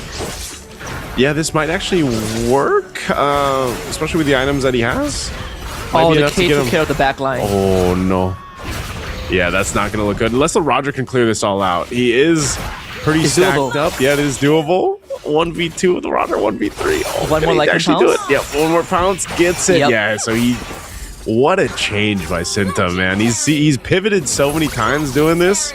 Look at that. He went and put it all into the Roger and he made it happen. Yeah, you can see in his camera, he lays back as well, because that was a stressful round. He had to invest everything. He's missing one Weapon Master synergy, which, in other cases would have made a difference. But it buys him 2 extra rounds, right? Like he has a creep round where he can get items and then get some econ going to build back up the bank again. Secret MVP was the K that he got as well. The 1-star K with no item, doing just enough to clear out that back line to really make sure that there's no artillery in that previous round that could threaten the Roger. I think the blade armor as well, giving that extra resistance for Sinta. Yeah. What did he pick for his last card? Okay, he went with customized recruitment 2. The chance of finding a foreign cold card hero in the shop refreshes increases by 8%. That's actually great, because he has premium really client. Good. Yeah. Now he can roll for a 3-star Roger. Well, and he is getting some of the Rogers. Yeah. Yes, sir. I think no one is going for Roger. He might actually have a chance to 3-star it. Yeah, he might. So he activates the 6 Weapon Master too. So. Yep. He's kind of just got to wait for the gold to come through. I know he's swapping some around here. He's got the 6 KOF now instead of the 6 Weapon Master. I think it's a better approach, right? The 6 KOF stats you get to buff the Roger is a lot better, and he hits a 2-star Iori. Oh, it's almost at the 2-star Iori. Okay. This could work out. Yeah, and this is up against Itagaki. Oof. Yeah, this Roger is gonna rip through all of them. What a pivot. This is what Sinta did yesterday, man. We saw him do this. He gets really, really low, but you can see, yeah, like you said, he's got a bit of a sigh relief. He's now found a bit of a comfort zone in this phase of the game. So definitely gonna have to keep an eye on Sinta. But Shadow QC has been pretty much unstoppable. He's still on that win streak right now, currently still playing. He has the Mia into the Mia, and the items on the Mia that he's got too are just great. So Gideon now, potentially, he's in position to get knocked out. Sitting on 6 HP. I'm not sure if he's going to be able to hunt for much more. For the board, he doesn't have too much, right? He's just got mostly the 2 stars. He's got the Farso with the Barretts there. Putting some those key items on the Rafaela. We had this whole discussion yesterday about how it's so weird to see Rafaela as like DPS right now, just pumping out damage. But we'll see if this ends up working for Gideon. as he's Yeah, up against Shadow QC as well, of all people. This he might have enough artillery to get through this round. You know, the Rafaela and the Farsa, they actually are pretty good in dealing with, you know, a comp like this, because you could just blow up the back line without having to directly access it, and yeah, that's exactly what happened. So same as what the Hayabusa Lancelot we saw from Itagaki in the previous game. Yep. This sort of works the same, but with magic damage, right? It's a bit of a callback to the Valentina strat to deal with the Hanabi Guinevere in Gold 1. Yeah, what was that? What was that synergy where you get the items? Was it Dawn? The Dawnbreaker or something? I think it was. I'm trying to recall. I think it was like Dawnbreaker. You would get Lightbringer, like yes. lightning, you know, with the Valentina, and she would just go crazy with the lightning bolts. Yep. Was it Dawn? I think it's that. I think it was Dawnbreaker or something. Something like that. Dawn yeah. something. Yeah. I wonder if Gideon locks it. Yeah. Like a lot of people would lock their shops right now because he has all the pieces that he's looking for, but fortunately he will have to choose what's most important for him. He has a Ruby and a Rafaela sitting in his shop, just no gold to buy any of them. He probably wants. I mean, he'll get it here before so he'll probably pick up the Raf. Depending on how this goes against Gron, he should win this one. Or do you? Because there's no Farsa in the shop, so Yep. he should win this again. Farsa. Oh no, he's actually in trouble. Oh, Gron. unfortunate. I think Gron has the 6 glory league, so it's one of those few synergies that all those skills for you. You know, like the longer the round goes on, the stronger you become. You are literally you will basically playing time attack against glory league. They stack up shield and they stack up damage, and I think the fact that you get the best of both worlds every second, some might call it busted. You know. Yeah. It's the long game within the game, basically. Like we lost 3, so we're down to 5. Cinta, what did Cinta end up picking up? Did he get the Benedetta? Yeah, he went with the Benedetta. So he's got the buffed up Alice version of the Benedetta. So he used his gaze, the Abyssal Gaze for it. So his Abyssal Gaze is on the Roger and the Benedetta. And then, of course, the Yoriyagami. So he's rocking a pretty good, solid lineup with this. And then, of course, you got the Mortal Rival synergy to help with a little bit of extra damage coming through, and even that damage reduction. But he's still playing into the fact that you have this KOF lineup, essentially. We'll see how it plays against the Lungmat Pro. He's been pretty strong, man. Lungmat Pro's got this figured out, but can Cinta make it happen? Oh, really, really close here. he can. Benedetta, though, is just Too strong. shredding, man. Good God, this Benna is too strong. Like again, has iframes, has a spell vamp. Oh, that almost was something. Who would have thought? And this is what I said yesterday, Husky. I was like, who would have thought a 3-star Alice would be so strong? Alice hits like a cannonball when he's 3-star, and you know has all the toy mischief items, because the items they give you stats, sure, but toy mischief synergy itself also you know like gives you hybrid defense. It's that Kagura shield too, man. Like it's That so too, good. Like hybrid. What was it? It gives you a shield, yeah, and then the shield value increases like 140% of your HP. And then the toy mischief synergy gives you hybrid defense, and then he basically just waits for, you know, like in boxing where instead of going for like quick jabs, you just wind up with every punch. Wait for the haymaker. So that's what Aldous does, just haymakers you. Oh man, that's gonna be. I don't know if anyone's gonna be able to beat Lungmat Pro with that. Let's go ahead and take a look at Gran here, up against the Moon, or no, up against Shadow QC. Still playing into that Mia. He can't get to the backline Mia just yet, but he's got a pretty tanky front. The Ruby's going to go ahead and maneuver over to that side, so that might be enough to go ahead and clear this out. Even with a Benedetta just kind of on the battlefield, the Heart Bomb's going to proc, but it looks like it's actually going to be just really good for Gran, as this Ruby is just tanking up so much. So Shadow QC takes another hit. You can see between our 3 players here, other than Lungmat Pro, the 4th one sitting at 91, anybody could get knocked out for the next round. Shadow QC has ran out of steam. Just not enough damage on the Mia. It feels like a wet noodle fight. I think the Mia has like the Defender Power Crystal, the Lunar Bow, the Sea Halberd, and the Haas Claw. Usually the Sea Halberd is better off on someone else. You want consistent output like on hit, DHS, Berserker's Fury. Maybe didn't find an item. Hopefully he finds it here, because if you could put the Sea Halberd on someone that can on someone else, maybe like the Beatrix, right? Someone like a Lancelot frontline that can apply that AoE and have better damage output that helps you shred. Yeah. Then maybe he would have a chance, because he's starting to lose steam, and that's very common with Mia commander players. You snowball early on and you try to get a lead as big as possible, so that even when you lose, you don't lose too horribly. Yeah. But we can see that the gas is running out.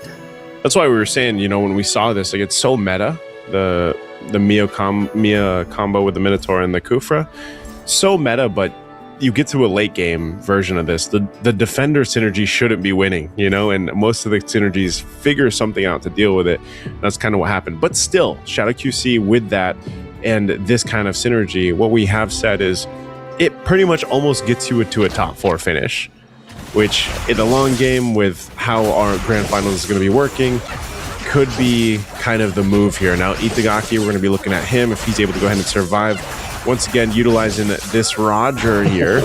This time, pretty good damage with his Benedetta and the Roger, plus that Ruby. So Itagaki will go ahead and stay on through even after that comes through. Gron going to be bowing out here as we are now down to 3 for game 2. Yeah, Itagaki, another top 3 finish. 2 HP on Shadow. Now I'm ready for those cursed So close. Yeah, top 3 again for Itagaki. The Ruby.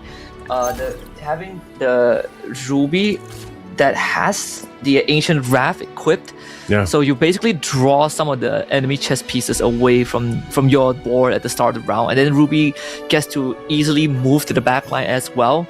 So you not only sort of distract the enemy tanks, but they also cannot kill you, which is a big thing. But also something very important to point out for Longmat Pro is that on top of his 6 Toy Mischief synergy, he also has the Mischief Gachapon, which means that you get an extra Toy Mischief equipment, and every single Toy Mischief equipment equipped on a hero gives you more attack, more stats.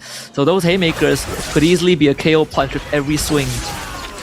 Yeah, we'll see if anyone's going to be able to do anything against Longmat Pro, but right now, as we're looking at Shadow QC, he has that Mia popping off this time again in the back. Will he be able to get through this? There's some shields. His front line's still pretty tanky, utilizing that heart bond too, and he might be able to just go ahead and pull this off. The Mia still trying to pump out the damage here, but this Benedetta just with a sliver of health will get the Electro Final blow off to proc the heart bond. So the Mia's going to be back up, and that is going to come through. What a timing to use that heart bond to utilize the win here. And we're down to Longmat Pro and Shadow QC. Oh, I can't believe it. The Kufra was actually the MVP, because the Kufra got full mana in the last second and killed off the Benedetta. Yeah. Because I think if the Benedetta lived, this round would have been over for Shadow QC, and Itagaki will be at like 15 points. And even then, he still finished 3rd place, which places him at 14 points by the end of round 2. 4 points away from unlocking the condition to win the final. So, not too shabby. But now the biggest boss lies ahead. Is Longmat Pro with his 3-star Aulers and basically a decked out Toy Mischief synergy. I think there might be a chance, as long as the splash damage don't just kill off the front lines quickly. Yeah, this is going to be a close one. We'll see. Longmat Pro did lose his last. Shadow QC dealing with this Barrett's here up front. He's going to go ahead and get changed here too. That Mia just being such a big part of this damage, part of this lineup. He's going to work on the Harith. Meanwhile, the tanks just up in the front side. But the Mia get really close here. Does have a Haas Claws though. So keeping Mia alive, it looks like they might be able to make it happen. Heartbond. Oh, very close. Oh, every time the Aulus swings the axe, he just boom. Takes out like 20% of the tank's HP, and then he shoots rockets all over. Yeah, this match was pretty much almost a done deal when he hit that 3-star Aulus with the Mischief Gachapon and the 6 Toy Mischief synergy. Is one of those games where you are destined to win, but still second place finish for Shadow QC, third place finish for Itagaki. They are still in the running in a very good spot, in fact. Yep, getting closer to at least the magic number right now. Again, the 18 points is what the players are. Ideally, that's the first step anyway. The first step is those 18 points. That's where they want to get through for the grand final. And then once they get to the 18-point marker, they need to win the next game, right? So still got a few rounds at least here in play, and I think even in a sense, I'm kind of surprised with how some of the results are falling in after game 1 and game 2, Husky, because I feel like even for just the players who dominated yesterday in their own respective groups, you've seen them. But I think this is why I was asking you earlier. I think this is just part of the strategy, right? Depending on what commanders you want to bring to the table, because you have these couple early games. Some obviously went with the power picks right away as we look at the highlights here. But, before we enter game 3, I think that's where we start to see maybe a switch up happen, maybe a bit of even a game plan, because even, for example, like the Alice from Sinta, I wasn't expecting to see the Alice this early on anyway. And even like we talked about with the Paquito, man, I don't think the Paquito ended up working out the way that it wanted to when it was picked up. Yeah, because some of these commanders have reliance on you hitting the right pieces, and it doesn't really give you any innate boost. Like, for example, if you have the Layla like Itagaki, right? Like your commander is literally acting like a second hero piece that deals damage. The Mia as well is a constant throughout the entire round. The Kagura that gives you extra shield. And unlike those, when you go for like Paquito, when you go for like Alice, like Diggy, you're reliant on hitting the right pieces because your commander doesn't innately give you extra stats.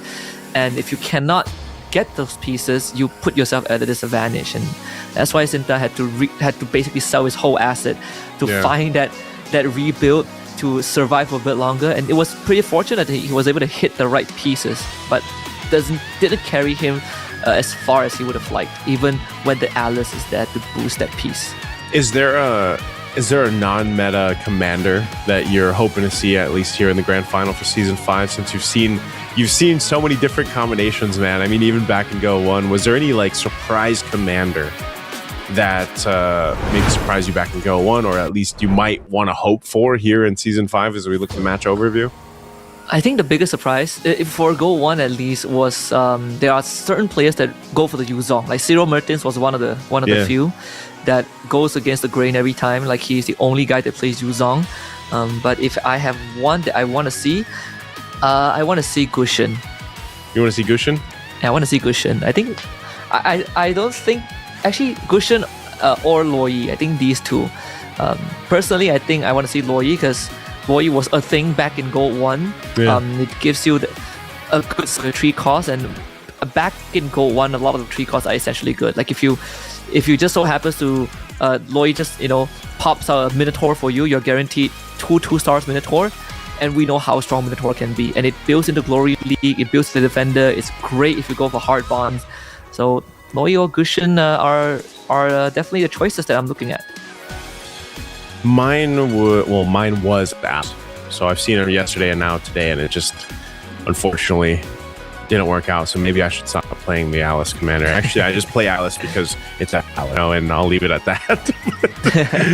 If you know, you know. Now, Lung Matt Pro, this is his champion lineup here for game 2.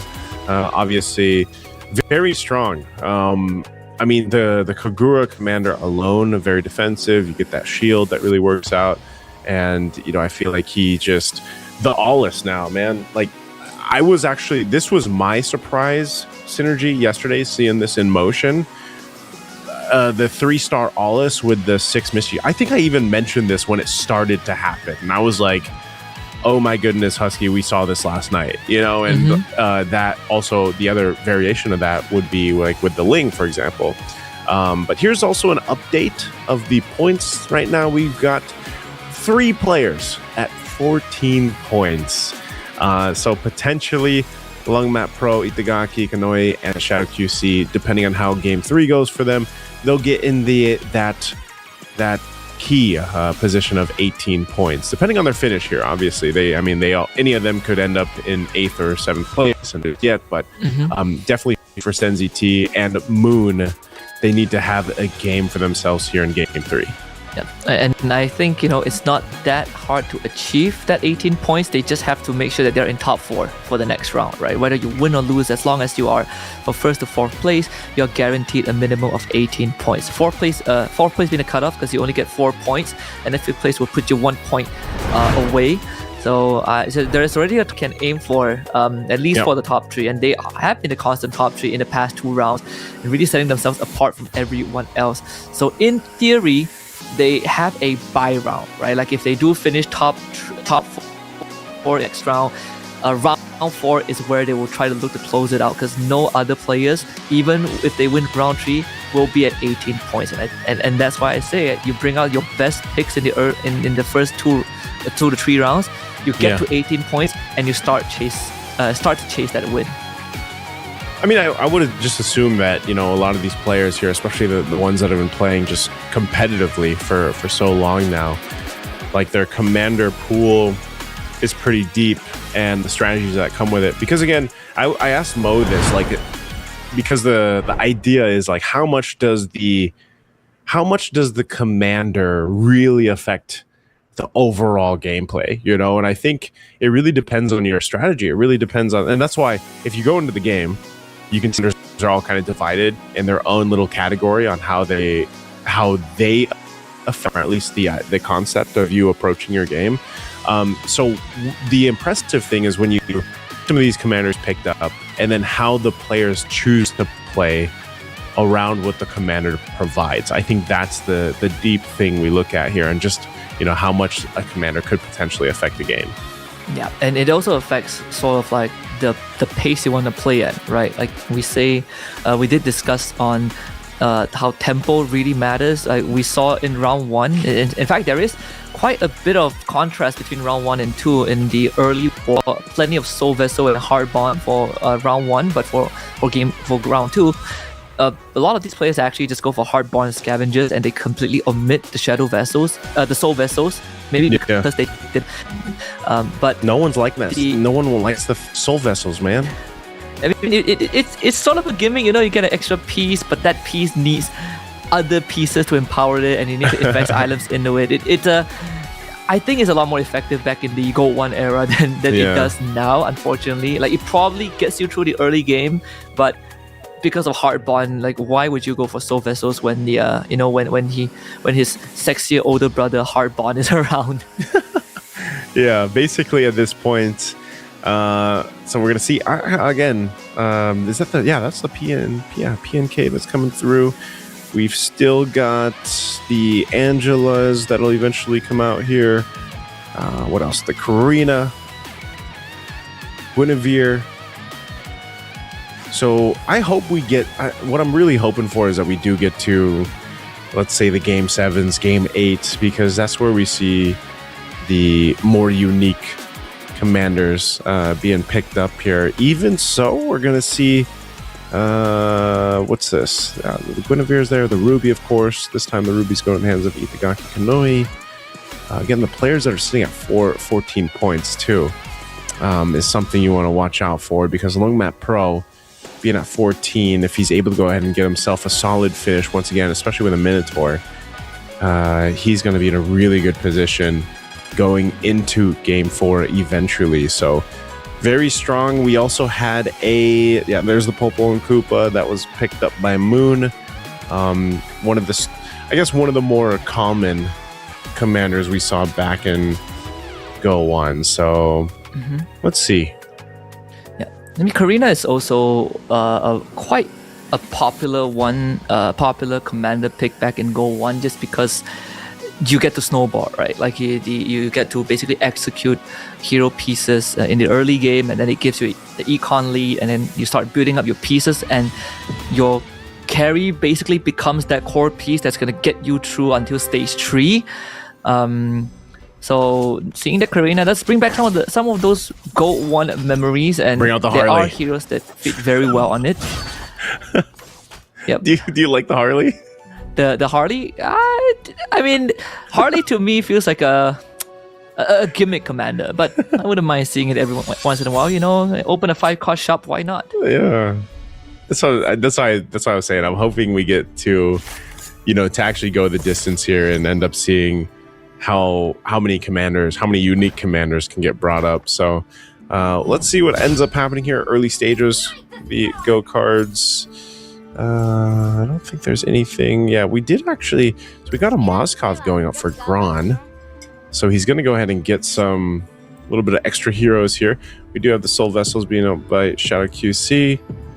Anything else? Let's see. PNK. Yeah, the Xylon going over to Gideon. So Shadow QC has the Angela, which could allude to a good hard bond or weapon master comp. That extra shield is always great. It's another variation of the Aulus Haymaker that we saw from Long Mac Pro, if he gets to build into it. Yep. But now that I've given it some thought, if I really want to see a commander that ignores meta and is just for the sake of it, I want to see that Lilia. So I remember back in season 3, like when Lilia was first released, it was everywhere. People just cheese all the way because you consume your whole shop, but you hit your power spike so quickly. If people don't know how to deal against it, then you just win the round. Just win the game. Bit of an annoying gimmick, but sometimes it's a way to have fun with the game. I think gimmicks for me, if you want to call them gimmicks, if you want to take it a risk, a little more risky play, or if it's the commander, if it's your strategy, that's how I like to play Magic Chess, man. I mean, it might not always work out, and that's why when I came into when I saw the Toy Mischief synergy actually be introduced into the game, I thought it was so fun. It was so fun to actually just play, but also just to watch, like effects wise, and everything else. I think it's very, it's a different approach basically. And if you've been playing Magic Chess for a while now, ever since it was just an app within an app, it's nice to see these more unique synergies actually being utilized, especially here in competitive play. Yep. The even for like the Toy Mischief is actually also one of my favorite synergies when it was first introduced. Like I would just roll down so that I could get the synergy. It was my replacement for the Northern Vale Bruisers, which was basically a pop stomper, right? Back in the earlier days. You supercharge your Masha with the Bruiser synergy, you give her Northern Vale and she just tears through everyone because it does true damage, so tank items don't really matter. Toy Mischief takes that and puts it in a better place, that it doesn't feel like you're helpless. It doesn't feel like, oh, I built a front line but my front line dies anyways because the enemy does damage that ignores my resistance. In this case, I wonder if at any point, I feel like one of the synergies that probably needs a bit of a reintroduction or revamp, some tweaks or revamp would be Beyond the Clouds. At least not in season 5. At least in season 5, because season 4 Beyond the Clouds is pretty good with mages and stargazers. Again, the Valentina loves Beyond the Clouds because you just one-shot everyone, and it's a good answer to the Guinevere and Hanabi. But in season 5, it definitely has fallen off because it in terms of value, it takes too long to really ramp up. To build up, it's such a ramp up, and there's just not enough ramping happen. Unlike, for example, like the Neo Beast, when we see the Neo Beast, which surprisingly we don't see much at all in this one, but that's also a bit different than what we saw in the semifinals, where players were going with Neo Beast and they were purposely losing those rounds up until almost sometimes the mid game to get that 300-point Neo Beast chest, and then they would pivot into their game plan. So we haven't seen that just yet. I'm wondering if some of that strategy will be saved for later on once we get to like the crunch time here for the rounds. But right now it's just a pretty safe start in a way. You can see Gideon obviously taking a ton of damage. I just don't think he's found what he's looking for. He is going to be playing into that scavenger, just kind of searching for what he wants to build. Again, with a Karina too, you can see he has the potential for Gideon here to turn things around. But looking at Sen with the Guinevere. Yeah, Guinevere. Pretty solid start though. Glory League 4 already, but we might lose this one over to Garon unless they're able to. Yeah, he can't keep the game going on too long just yet with that Glory League. So even though he's got that Beatrix, it's just not enough. Yep, the front line hasn't been built up just yet. So slightly unfortunate. Even for Gideon, running with the Karina, unfortunately, the Karina item was put on the Saber, and not really the best holder. Yeah. In my opinion, sure he does damage, but Saber is pretty susceptible to getting bursted down. And in the previous round, he was basically, I think he went up against. Was it Itagaki? He went up against someone with toy mischief, someone with a jawhead. So the jawhead was basically just bounce housing the Saber until the Saber went down. So it didn't really get the full impact of the Karina, which is unfortunate because you want to snowball, but he is doing the opposite of that, right? On a 5-round lose streak. Yeah. We'll see what these last choices for the second go cards will be after this group round too. Let's see. Any major ones? Yeah, just got some economy going for Moon. Got the Clawed Theft device for Gideon. I'm not sure if he's actually going to pivot now here too. He's going into, it looks like, Harp Bond with Swift Blade. Still keeping the Scavenger there, holding on to his 37 gold right now, not leveling up either just yet. So definitely not what he wants just yet. Could be waiting for that next carousel round to pop up. And then we'll see what Gideon decides to do. There is a chance also, just because he's running the Karina, that once he finds what he wants, and he's got those blades that can help him out, could be pretty a big turnaround later on. Cinta sitting at top, of course, still working on things with this Fanny commander of his. Did go for the Zilong commander card, so there might be room for him to go into KOF in the late game, or Weapon Master, maybe like a Lancelot Benedetta. Sounds okay. Even the Hayabusa, right? Because you get extra attack chances, and you're just looking to execute your enemies as fast as possible. And he does have the Clawed Theft device, which acts as sort of like a buffer when you're behind, because it gives you the best in slot, the BIS, for your heroes, but at the same time buffs their damage by 15%. Just an extra boost in the power. But I think Gideon right now is relying mostly on the Scavenger to continuously have decent econ to work with, but then he's trading his health every single round for it. Sometimes you just gotta go for it, man. If he's gonna trade his health in these early rounds. That's why I think that the big carousel round is going to be crucial for Gideon, at least for now. He's going to continue to lose these unless he can actually win this one against Sen. But Lungmat Pro is still dominant right now. We've seen this so many times. It's just going to be the Mia, the Kufra up in the front doing their thing. He's got good items too. Like, that's the thing, because he's able to go ahead and enhance the correct items early on with the Minotaur, especially for his Mia. And even his Kufra is tanky enough with the enhanced items that he's got. So now looking over here, I'm not sure still if we're going to see Senzi T actually go to his full fruition with his lineup. He's still holding on to the KOF.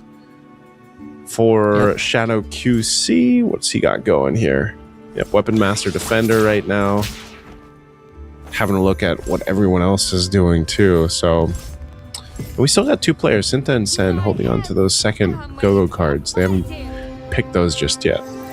Yep, and I think they're not in a rush to do that, thankfully, just because they, Cinta is in a very comfortable spot. So, and that makes the holding onto the go-go card even better, because you can adapt to what the enemies are doing. He's gonna lose this round, unfortunately. The Luminexus doesn't do enough.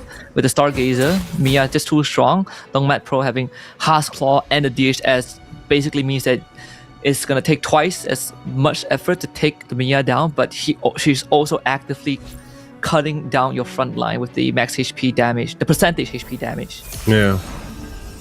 All right, we're jumping into Carousel. Let's see. This is a big one for Gideon, I'd say. He's going to go for the capacity. So I wonder if he's got enough economy to go ahead and help him change now, like pivot at this point because he doesn't want to get too risky. I mean, he's already at 33 HP. So I think it has to happen here. So I really want to see what Gideon ends up doing after this carousel. Everyone grabbing the items that they needed here. What does he have? Yeah, he's got the... Okay, so he's got a Benedetta. Damage could be good. Benedetta Ruby. What else has he got? He's going to go ahead and sell. Yep. I think for Gideon, yeah, still looking for a way out of this. The 4 heart bond.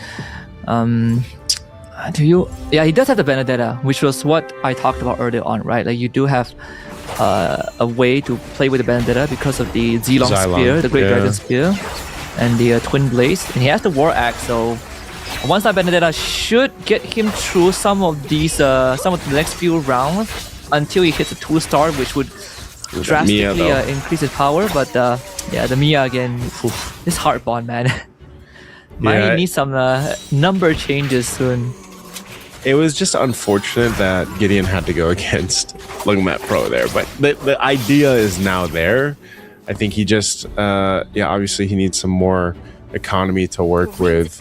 Cinta, let's see, Cinta's doing, he's fine up at top. I'm not sure if he even really needs to change much. He does have the Lancelot now, which is great. Because even that base Lancelot just able to pump out damage. He's going to go for some selling here. Sit around. I don't think he's... There you go. Picked up the Florin. So he's still going with that game plan. He's going to keep playing into his Beatrix, at least for now. Swapping some items over to the Lancelot, though. The Scythe, Berserkers, and the Inspire. So we'll see how this plays up. Up against... What's he playing against? Shadow QC. Yep. Even here, yeah, this should be an easy win for Shadow QC. Lancelot still not strong enough, sadly. The threat is the enhanced attack, especially, right? Like, sure, he gets to defend himself. I think 10% max HP, but the enhanced attack is what matters. And he has a BOD, so yeah, you might be a Lancelot, but all he needs is one good hit. Oof. Unfortunate for Grond there. Yeah, close one for Gideon. Gideon's been holding on at this point, man. That's why I said that was unfortunate when we got back from the carousel. The first thing he had to go against was Lungmat Pro, but the concept is there. Here comes the pickup for the third round of Go-Go cards.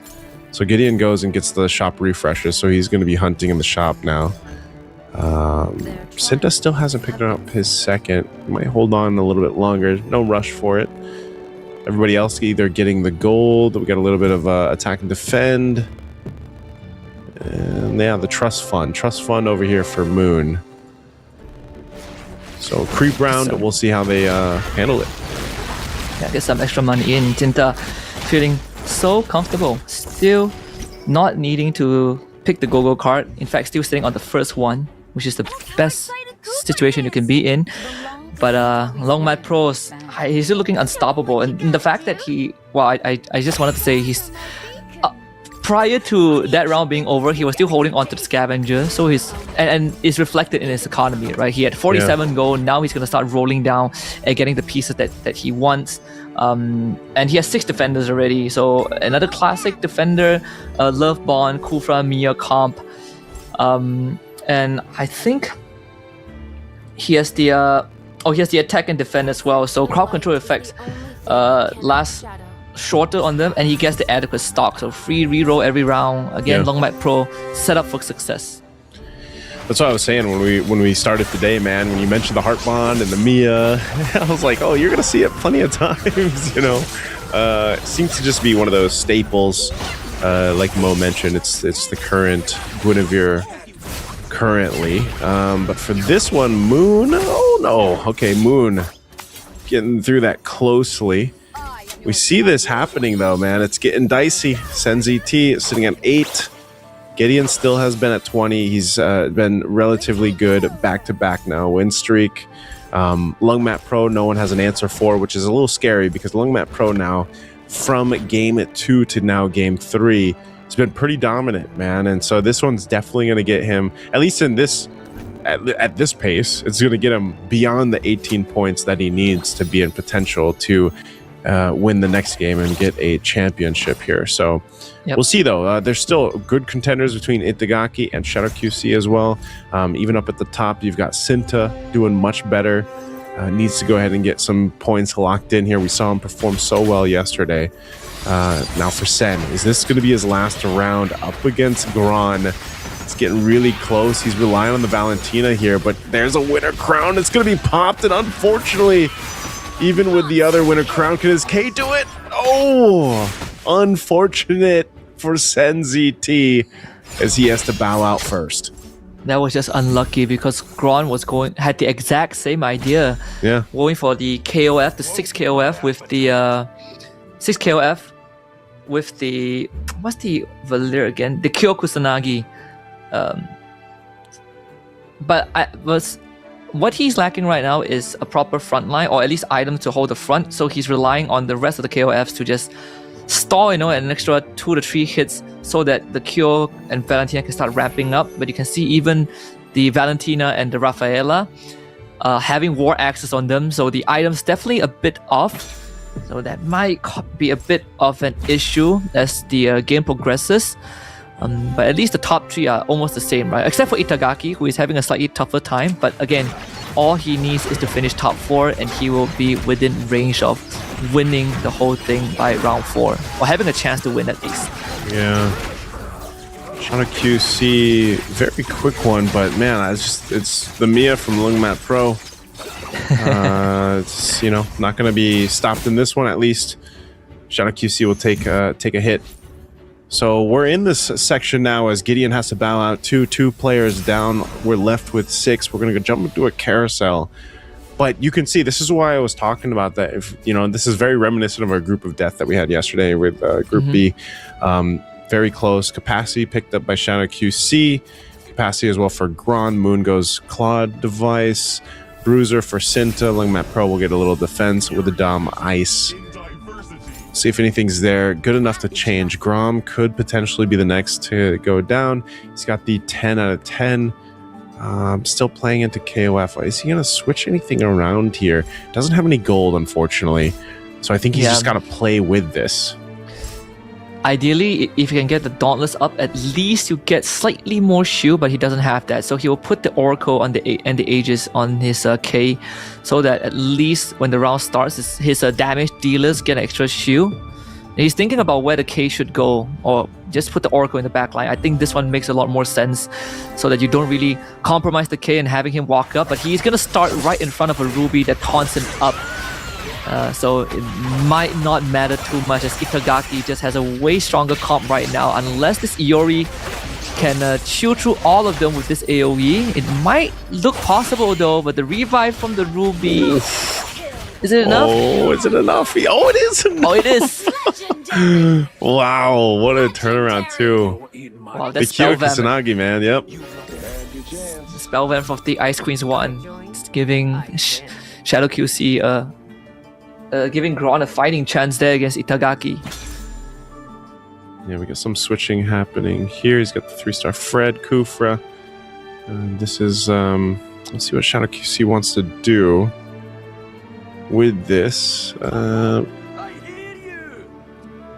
He's got no more gold to move around, so I don't know. I don't think he has much now. I mean, he's just playing into the Weapon Master 6, but relying on the Fred. We've seen Fred do some crazy things before. Sitting at 3 stars with the Kufra. Up against Sinta. He's going to get kicked in the head multiple times. 2 times. Unfortunately, with the Yori man just taking out who he wanted to play into. So Sinta will do quick work. Heart Bond going to be there. Kufra just doing what he can. But this should just be a clear out. And that's just going to be it. Shadow QC is going to have to go ahead and face the clean animations coming through from Sinta. Oh man, Shadow QC bowing out is 6th place, so only getting 16 points when this round ends. So no 18 for him, which means the odds for Lungmat Pro and Itagaki to hit 18 points increases. All they need is one more person to get knocked out. In this case, Gran looks like the most possible one to lose next. And Lungmat Pro and Itagaki will have a chance to win by round 4. The 6 bruises and the Iori, kind of nasty there, really one-shotting a Fredrin that would have had the ability to one-shot the Iori in return. And not to mention, I think he supercharged his Edith as well, so when she pops out from the her mech, Primal Wrath, yeah. the Primal Wrath, she became another range carry. And he's gonna hit another Edith too. Again, no one's contesting the Edith, so if the round goes long enough and he keeps winning, he might hit a 3-star Edith.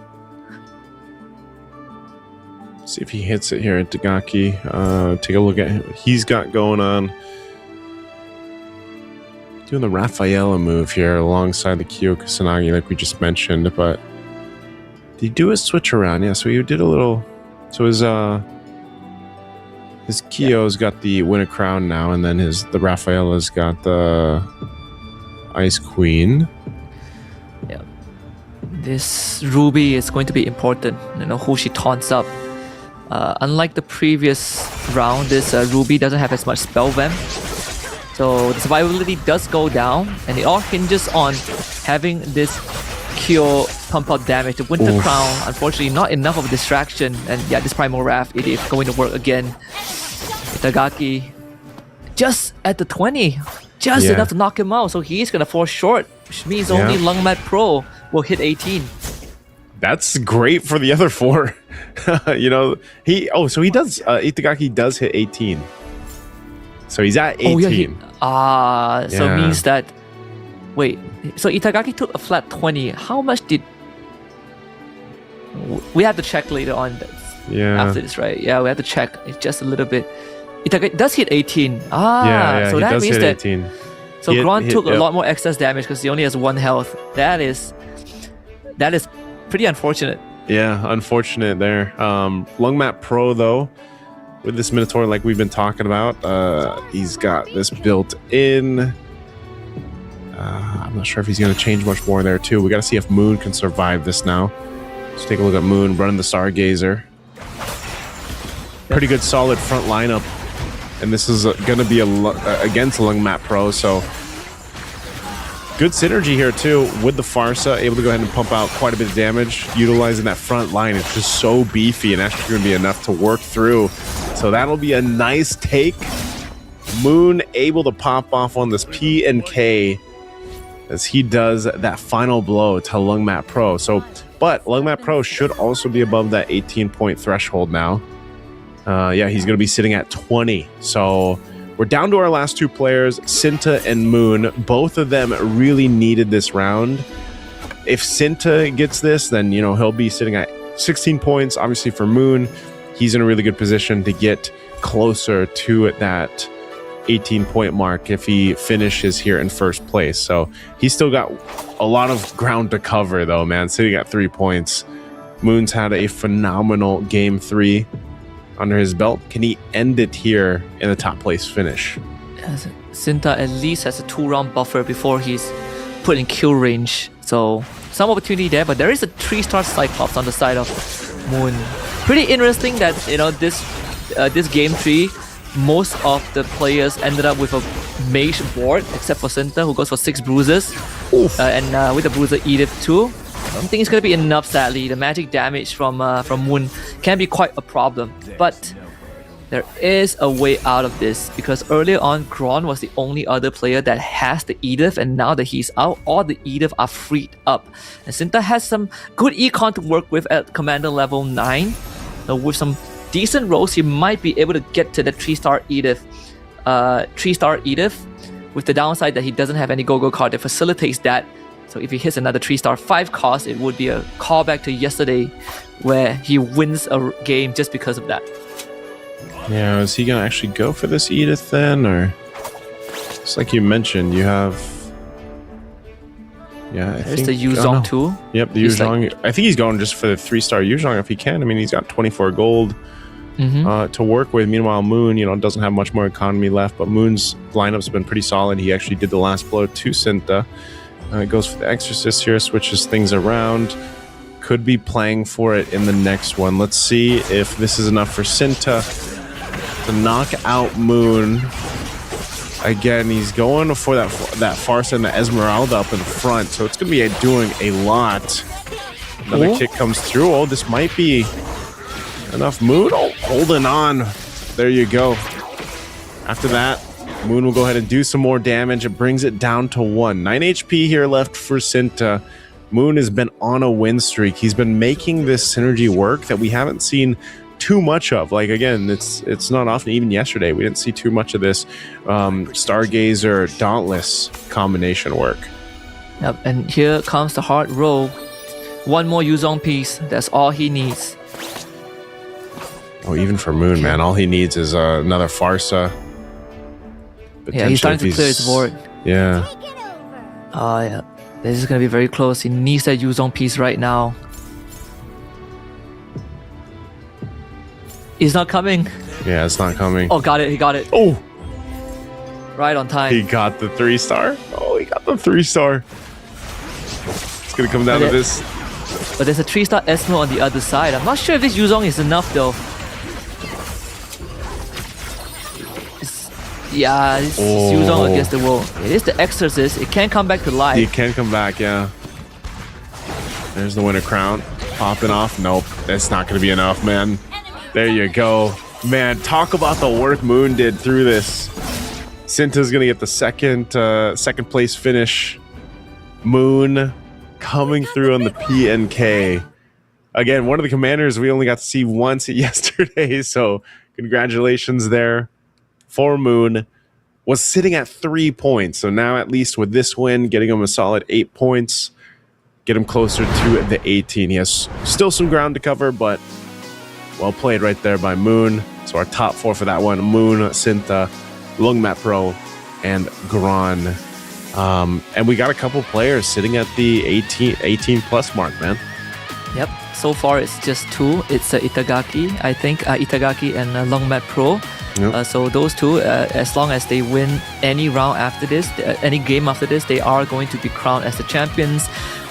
Pretty unlucky for Shadow QC. He was 1 point away, so that means he needs to play a minimum of 2 more rounds to win the whole thing. And if I've seen crazy developments like at Gold 1 where you have players sitting on 18 points by the end of round 3, and then they don't win, and that's how Floxy walked away as the first world champion.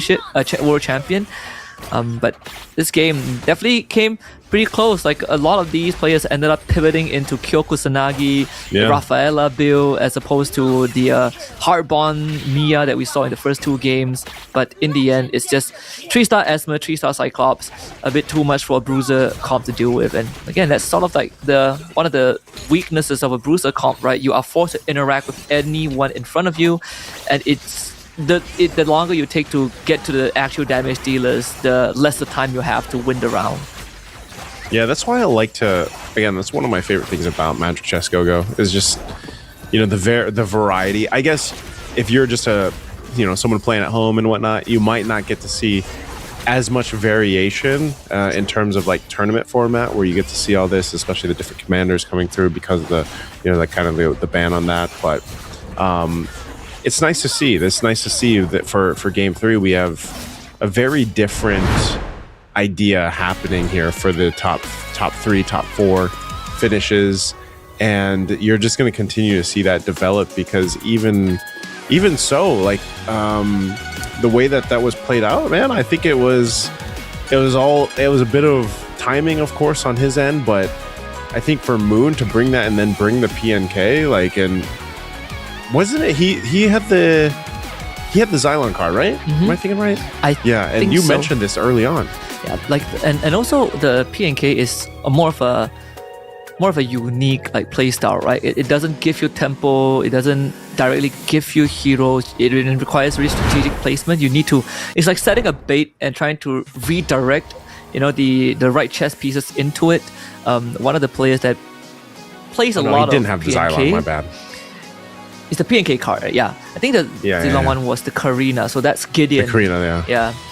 I think one of the players that played a lot of PNK was actually Finn. Again, in Gold 1, he was one of the players that consistently picks PNK and makes it work, always gets like a top 3 finish. But it's definitely not a fan favorite because of how different it is, right? It feels very conditional, and you need to understand how the chess pieces interact.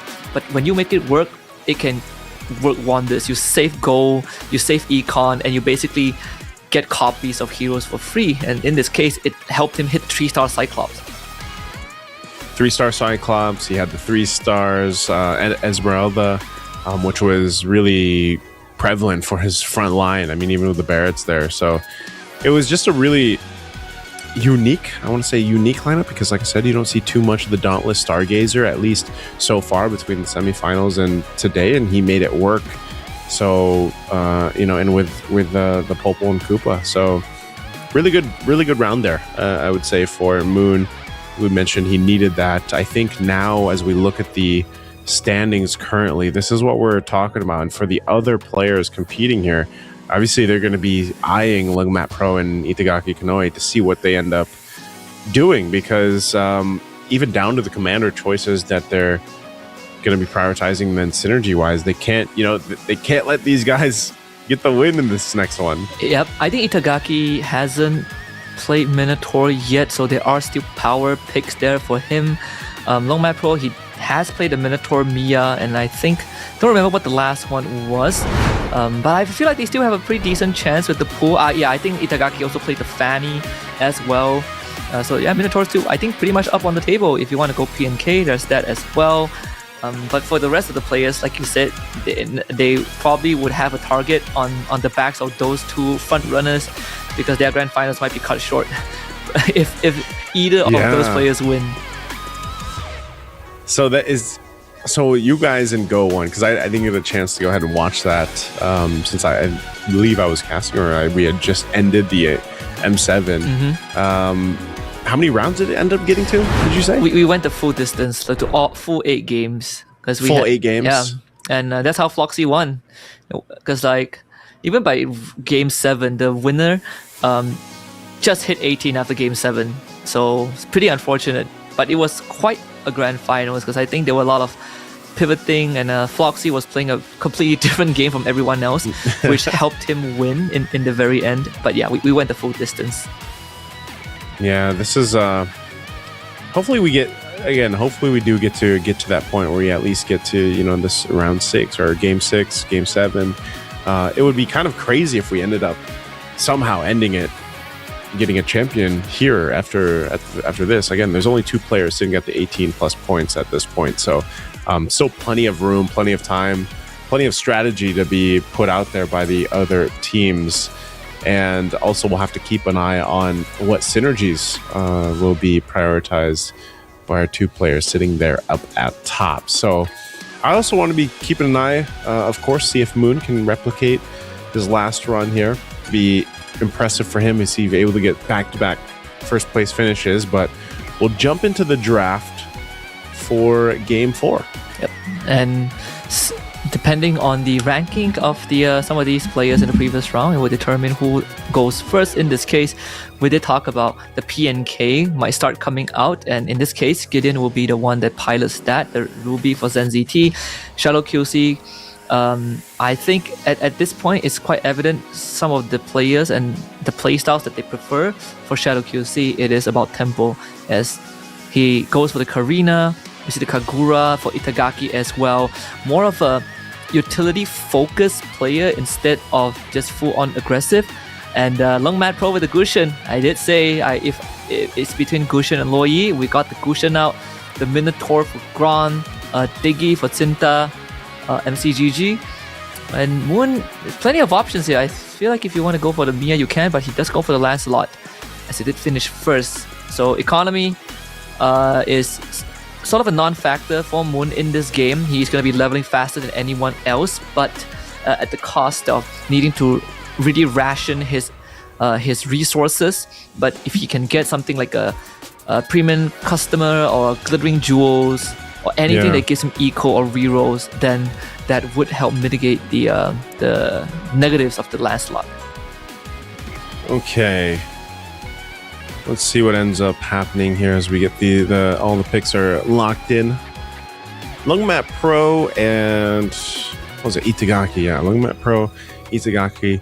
Keep an eye on them if you guys have just been joining us. So, Gushin, the Kagura there. Yep. I think the Kagura too is such a.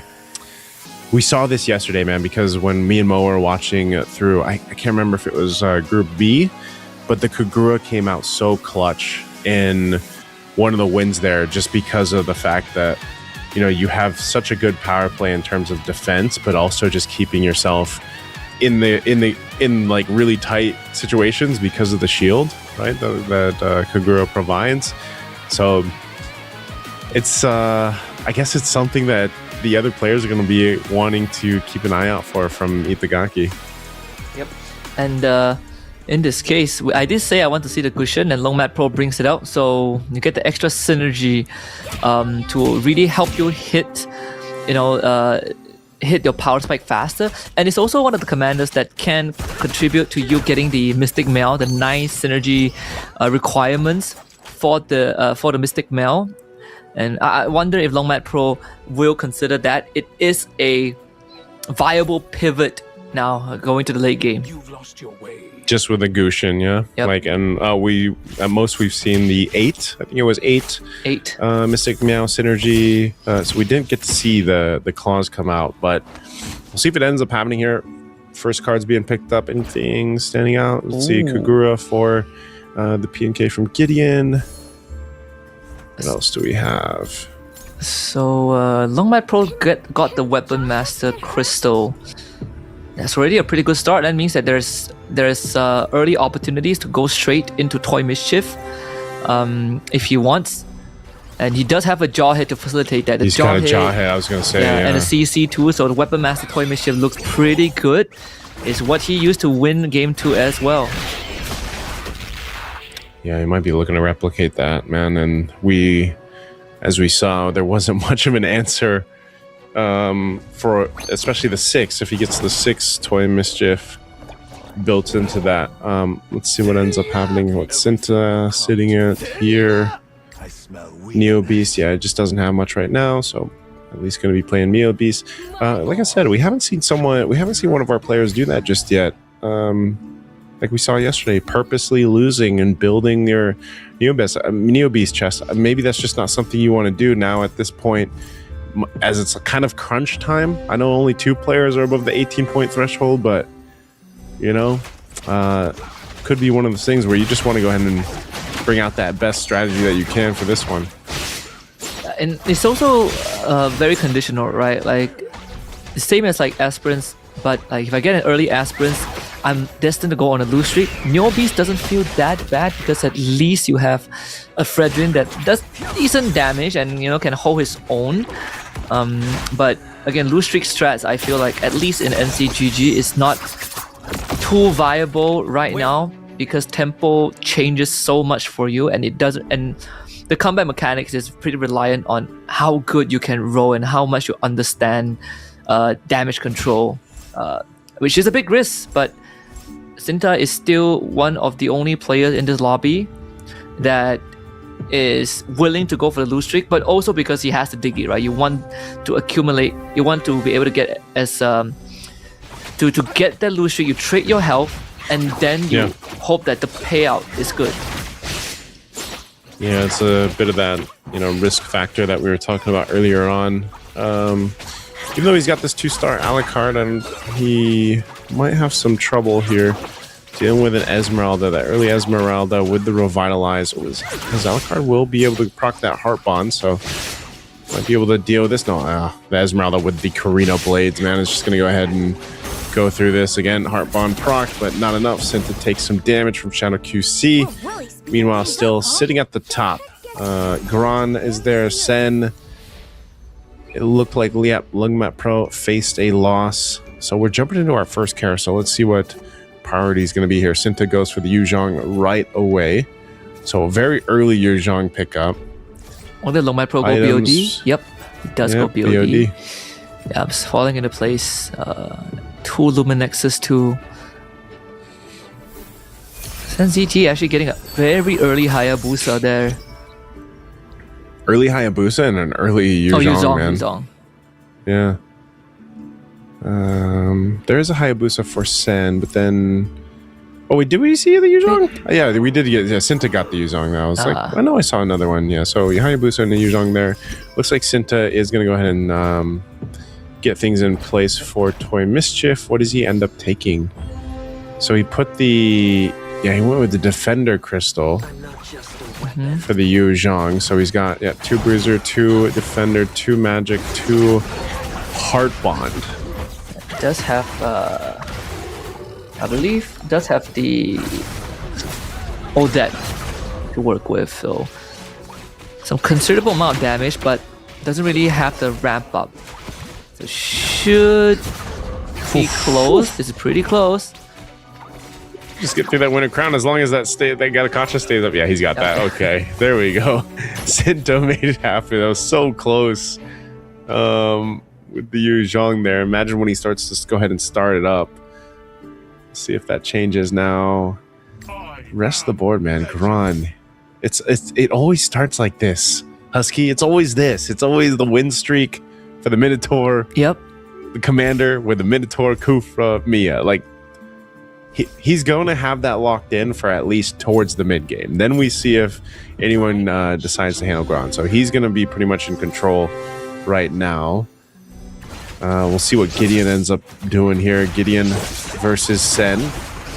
Rolling with a Neo Beast lineup. He's actually the first one that we're seeing today anyway for the finals. Just take the L's, right? He's not really trying to do too much.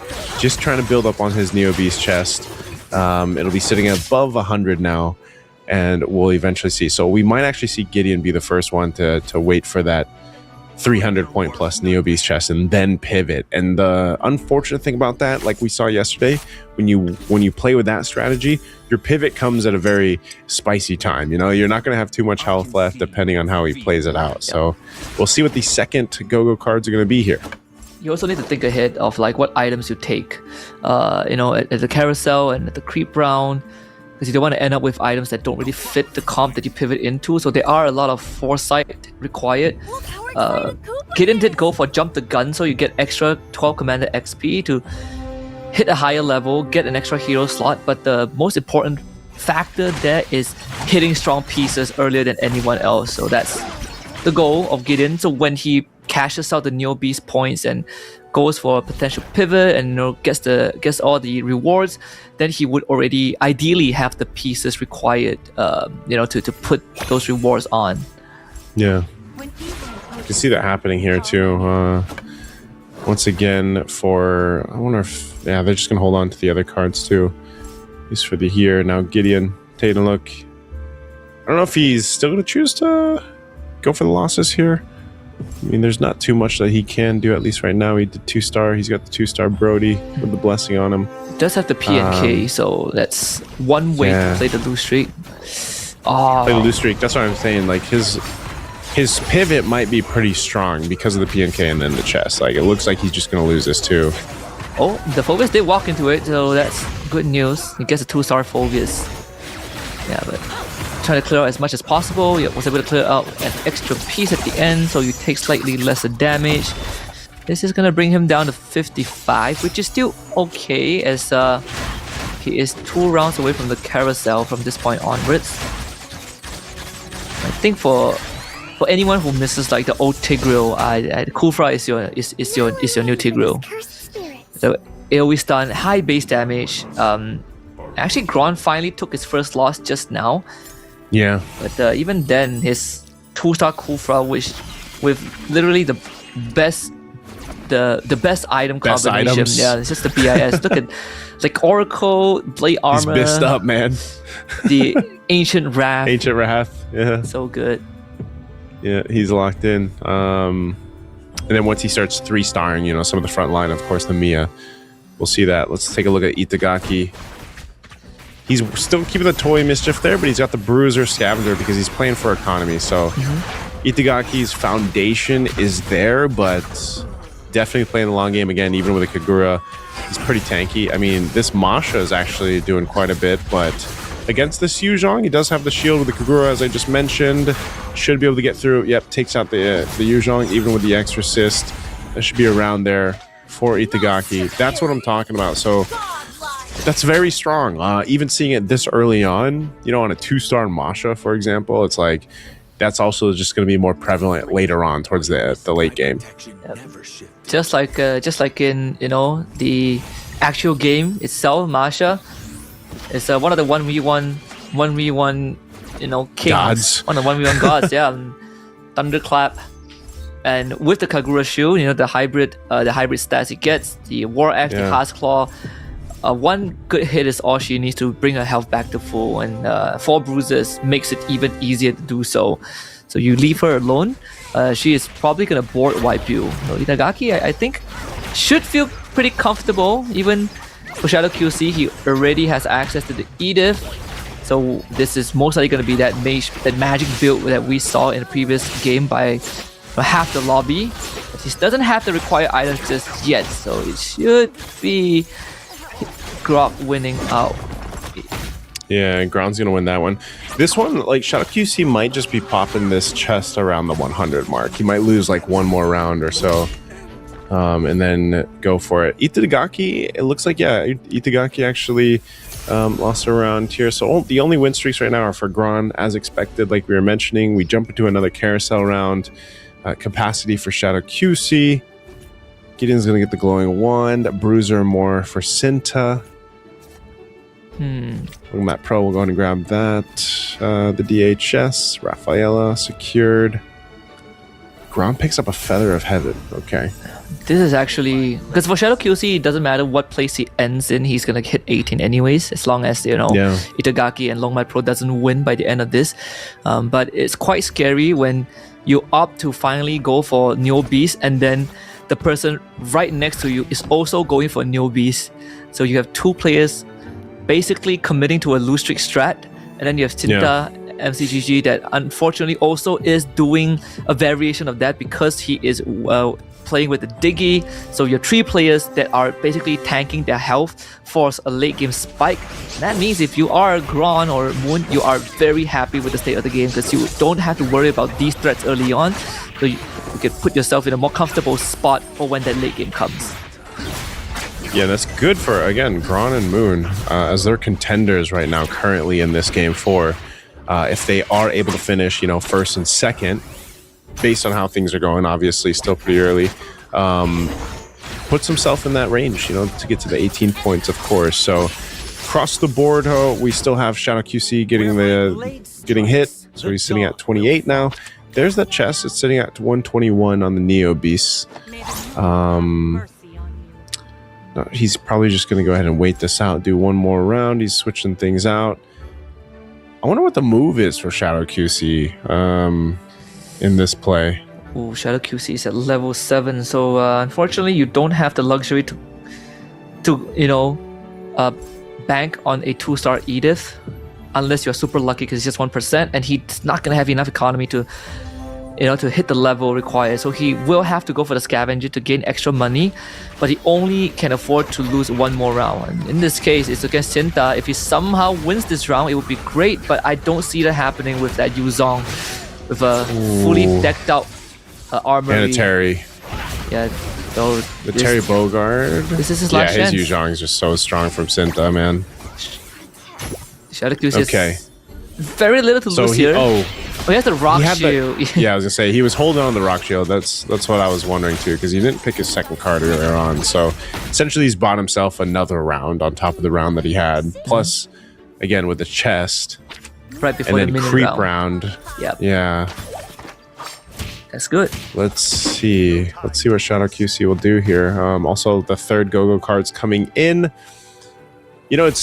It's interesting because even getting to this point, obviously we have all the players up. Some are really close to being knocked out, but you have a ton of economy to work with here, especially if you're like Sen. He's got plenty of gold. Cinta as well.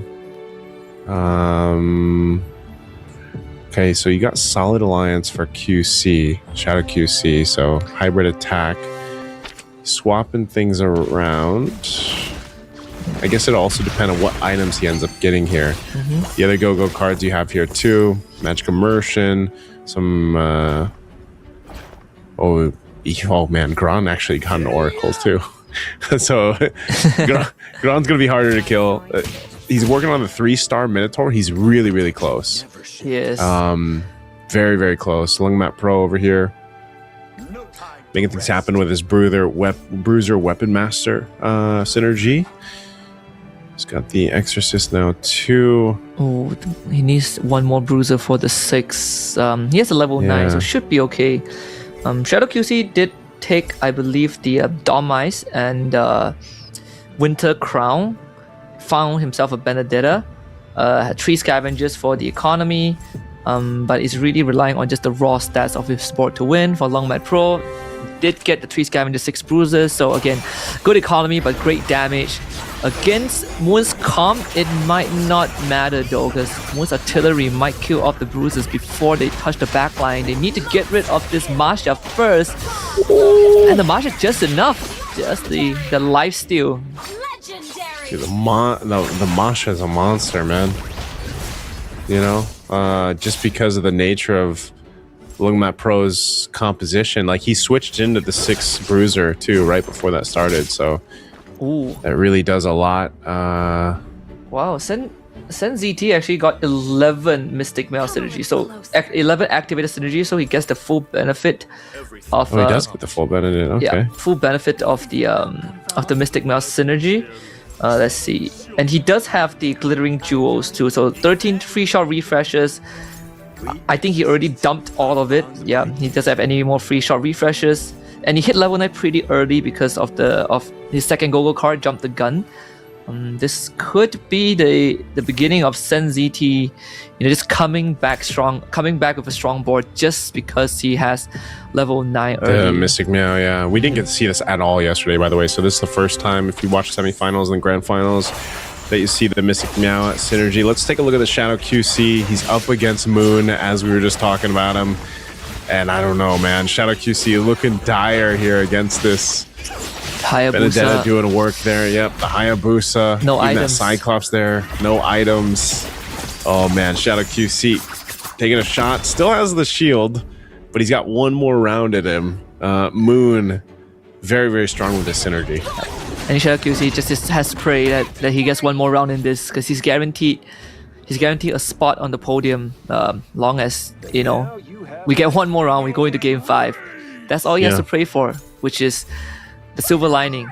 Even for Sinta, he's starting to roll down, gets the 4 defender synergy alongside his 6 bruisers, and his Iori is basically maxed out in items too. So that is good news for him. Gron starting to lose a couple of rounds. The Heartbound Blessing for Shadow QC could have come at a better time. 6 Heartbounds, 3 Face Warpers. 6 Heartbound. Yeah. 6 Heartbound. And so now that he's got the Hayabusa plus the Lancelot's pretty decked out. Karina Blades, Win a Crown, Sea Halbert. He's up against Sen ZT. Let's see, this is the Mystic Meow synergy we were just talking about. So he's going to be facing off against this with Shadow. Can he actually win this? Yeah, his Lancelot is doing a ton of work here. Thorn Rose, a Phantom Execution to come through, and it looks like that pivot might have just been enough. Shadow QC will make it happen, even with that Shadow kill. Sen ZT takes the hit. So, man, that was a little dicey there. That was slightly unfortunate, because the biggest difference maker was just the dual blades from the Karina. Had he not had that item, I think he probably would have lost that round. But he has the cheat code, right? The equivalent of a Sky Piercer. So he just decimated the front line. He stacked up. Yeah, with 1 Thorn Rose, he killed off like 3 heroes in a go. But Sen ZT gets another hero, gets a hero capacity, so puts him at 10 hero, which is great for Mystic Mail. Maybe that is gonna help bring him back. Though he does need, some good items to work with, and maybe like 2-star some of the important pieces. If he can get the Lancelot 2-star and somehow Shadow QC or Moon does not, then we're gonna be talking. Then maybe he has a better chance. Yeah, Itagaki got the 2-star Yori, so he's got that with the Yuzhong. Shadow QC did 2-star his Edith, and he picked up, I think, the item. He went with the Antique Caress in the carousel, so I know he picked that up. Now let's see. He survived last round. He's gonna go ahead and survive this one. Itagaki is going to be up against Sinta. Shadow QC is going to be up against Gideon. Let's see who ends up clearing it out. Looks like Sinta might win this unless they can deal with the Origami. Yep, and he does have the Exorcist Power Crystal and the Kagura Shield, so you need to deal with Iori twice. But crowd control is his biggest enemy, and a bit of a head scratch Shadow there from QC. Itagaki. Doesn't have a way to mitigate that unless you have like a Purify, which you can only get at the start of the game. Yeah. Shadow QC knocked out, by the way. So he's going to be sitting at 18 points. So he gets one. He's eligible for the next round if it doesn't end here because Lungmat Pro sitting in a somewhat risky position now at this point. Itagaki also in the mid. So both of the top players right now, potentially in the next round or two, could get knocked out. So this is a great swing over for the players that needed to get these points locked in. We'll see what Lungmat Pro is going to do. Again, the Bruiser, Weapon Master combo.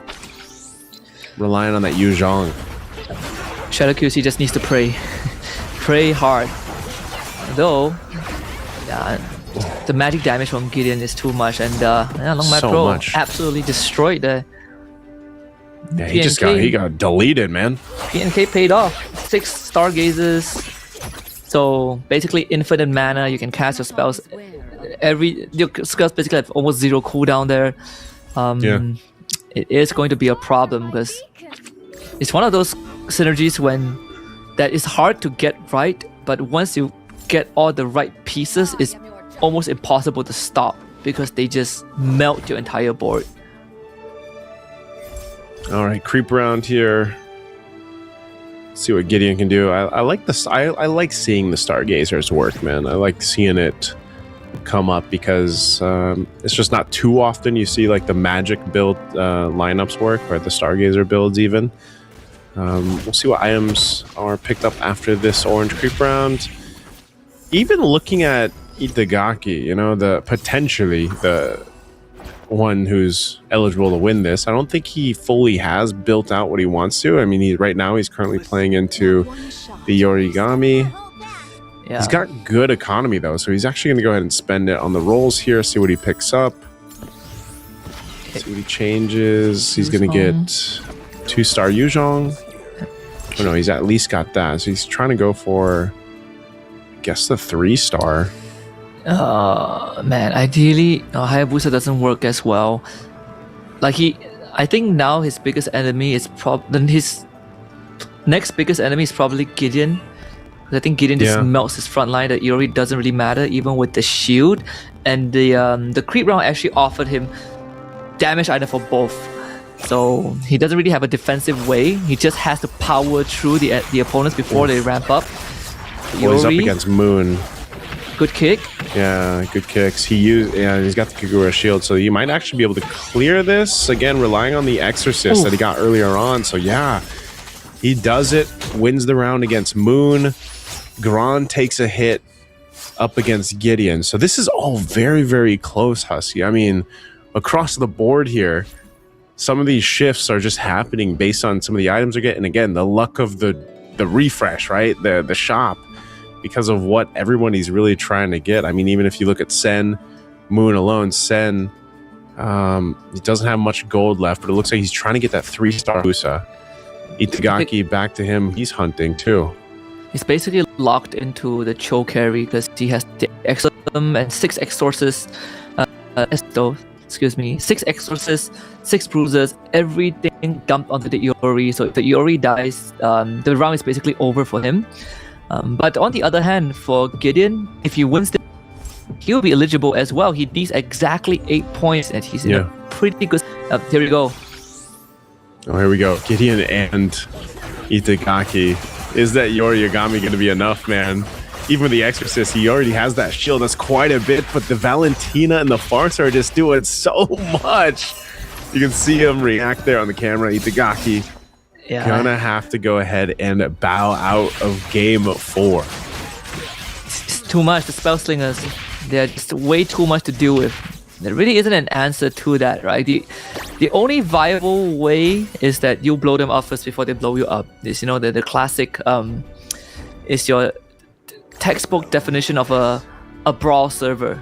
You know, with Yeah. no defensive item. Like Just you all win, action. you win by killing them first, and yeah, Gideon actually might have a very good chance. I don't see anyone right now on the board can remaining in the contest. lobby.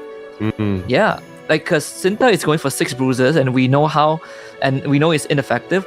6 defenders means that you have good defense in the front line, but Gideon doesn't care about your front line. He hits your back line anyways, and Moon is just a slightly weaker version of Gideon's board.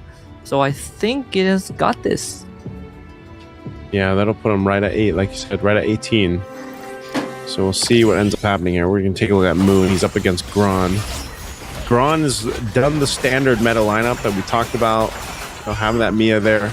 It's gotten him definitely to the top 4. That's usually a guaranteed with this kind of start, this kind of early. But now you got the Cyclops, the Farsa, the Rafaela working alongside of this, and that's enough to go ahead and get that locked in. So Moon gonna be fine, taking out Gron here. 1 minute. Gideon lost to Oh, Cinta. Gideon did lose, yeah. Oh, all right. That was unexpected. I honestly thought that Gideon would win that. So this 6 bruiser from Cinta, it gets another bruiser power crystal. Senta gets another one, yeah. So He's gonna do some switching around here. I mean, I have a feeling it could be the edict that they have, that Cinta has, that allows him to, go toe to toe with Gideon. But as for Gideon's end, does get the 3-star barrage and able to get the Phobius in at the end too. So a stronger front line. It just needs to hope for the barrage to absorb the early damage from like the Iori of Cinta if he faces off against the mirror, and then he'll have a good chance and able to switch to a Dauntless Blessing too. So the extra shield when the round starts could make the difference. oh, he's up against Moon's mirror. So heavy magic damage, but he might actually be able to go ahead and withstand this because of that 3-star Barrett's that you mentioned. The Ruby doing work, but not enough to get through that front line, and there you go. That'll be fine. Gideon staying alive. Moon's mirror will just take that damage, but meanwhile, Moon knocked out anyway. 7-game win streak. Cinta. We'll see if this Barrett's play is enough to deal with what Cinta's built up, man. Again, Yep.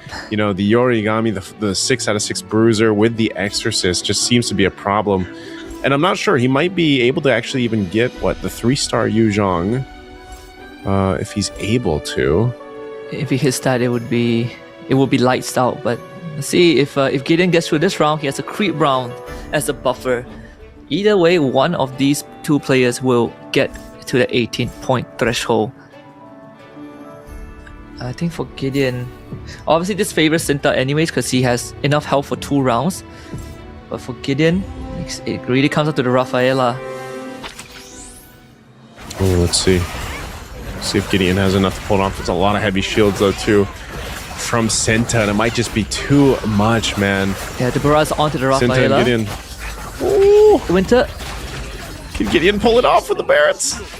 he He's might getting have kicked it. around. I think the Barretts, man, the 3-star Barretts was so value.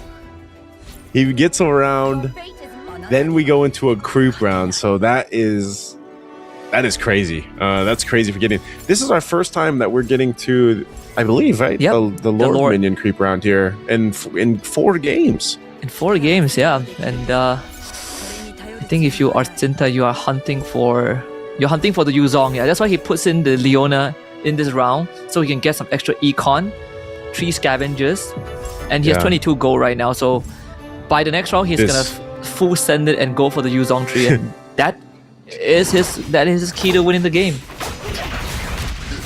Man, the Indonesian players, man, I'll tell you what, this is let's see what they end up getting here, but this is so massive for Gideon. If he can get the first place finish, he'll be at the 18-point mark. So this, here we go. if you're rooting for someone to get there, it's got to happen for Gideon, because either way, Cinta's already going to be at the threshold. So he has so much gold. He needs one more. Just one he needs more. one more. It's coming home. Yep, Come on. he's going for it. Ah, there it is. Yep. That might just be enough, actually. Does Cinta have enough? Yeah, Cinta's got the 3-star. And the Bruiser Blessing activated. Oh man, meanwhile, what is Gideon hunting for? Gideon is also He's out of steam. changing things up a bit. Yeah, he's out of steam. Let's see if it's going to be enough. We're looking over here at Cinta. Yori's going right to that back line to go ahead and kick. Gideon just trying to hold on. Come on, Barrett's Barrett's going to be worked on through. Is it going to be enough? Oh no! Yeah, no. it's done. It's done. Gideon so close to the 18 points, man. 17. Cinta getting the win. Oh man, same position with Moon. So now we have 5 players out of 8 that can win by the next round. How crazy is that? This is actually more intense than Goal 1 because we have 5 out of 8 players eligible to win by the end of round 4. I have a feeling we probably might close it out next round unless, you know, something crazy. Yeah, the remaining 3 pull out something, you know, from the hat. Because I think the silver lining for the remaining 3, well, the other 2 that is not Gideon is that if Gideon won that round, it would be 6 out of 8, right? Like if you really want to look for a silver lining. Gosh, Gideon was so close, man. That was, you know, because you could see it. Like, he had the idea. I mean, the Barretts. You gotta remember how long he stayed in the game too. After getting 3-star Barretts, like he was able to go ahead and stay, maintain. But really good adjustments, I would say. You know, Cinta. This is kind of what we saw from him yesterday. This is why I was so impressed with him throughout Group B, just because such a competitive player, so good on the timings of, on his pickups, on his board swaps, on his economy. And then even on towards that last play to make sure that he got, you know, who he needed, which was, I think it was that Yuzhong. What else did he start up there at the end? Yeah, it was definitely the Yuzhong, which really, really helped. And also, as we look at the highlights, you'll see this one was, can't believe after this one, this was the first time we got to all the way to that stage where we have the Lord Creep, get some of those last bit of items here. And it came down to it. I mean, everyone still nearly alive up in that stage 4 even. Even Gron had a very good run, right? Like he had a very significant lead due to his early game snowball. That he was basically sitting at like 92 health for quite a long time. But unfortunately, the main difference that separated Gideon and Cinta was just Gideon had no money. He couldn't roll. He was looking for a 3-star Esmer, but he was 2 pieces short. Yeah, sometimes that's why I say, you know, sometimes you're unfortunately left to the whims of the RNG, and sometimes you see it come in clutch. Sometimes you see it work against what the game plan is here for players. I personally felt like, you know, one of the threats to Gideon prior to the 3-star Yuzhong was the fact that the Iori got to just walk on up to the Rafaela and kick her and just proc the Winter Crown. I thought that maybe Gideon would, you know, rearrange the positioning of that backline a little bit, but he didn't, right? So there's the Yuzhong that your Barras cannot remove, so the Barras gets preoccupied with the Yuzhong. The Iori just strolls up to your core and, you know, 2-shots her. It is pretty tough before 3-star Yuzhong, so that's why after the Yuzhong became 3-star, we sort of knew that it was over. Still pretty good fight from both players. Yeah, that's what I was saying, you know, that the hunt for that Yuzhong was going to be major. I'm still surprised that also today we haven't seen, it hasn't, I don't think it's gotten close yet to getting that 3-star Benedetta or the 3-star Lancelot yet. Also, surprisingly, we haven't seen the Toy Mischief build with the Ling, but that could all potentially happen in the next game. We're going to look at this match overview here on how things fell into place through this one.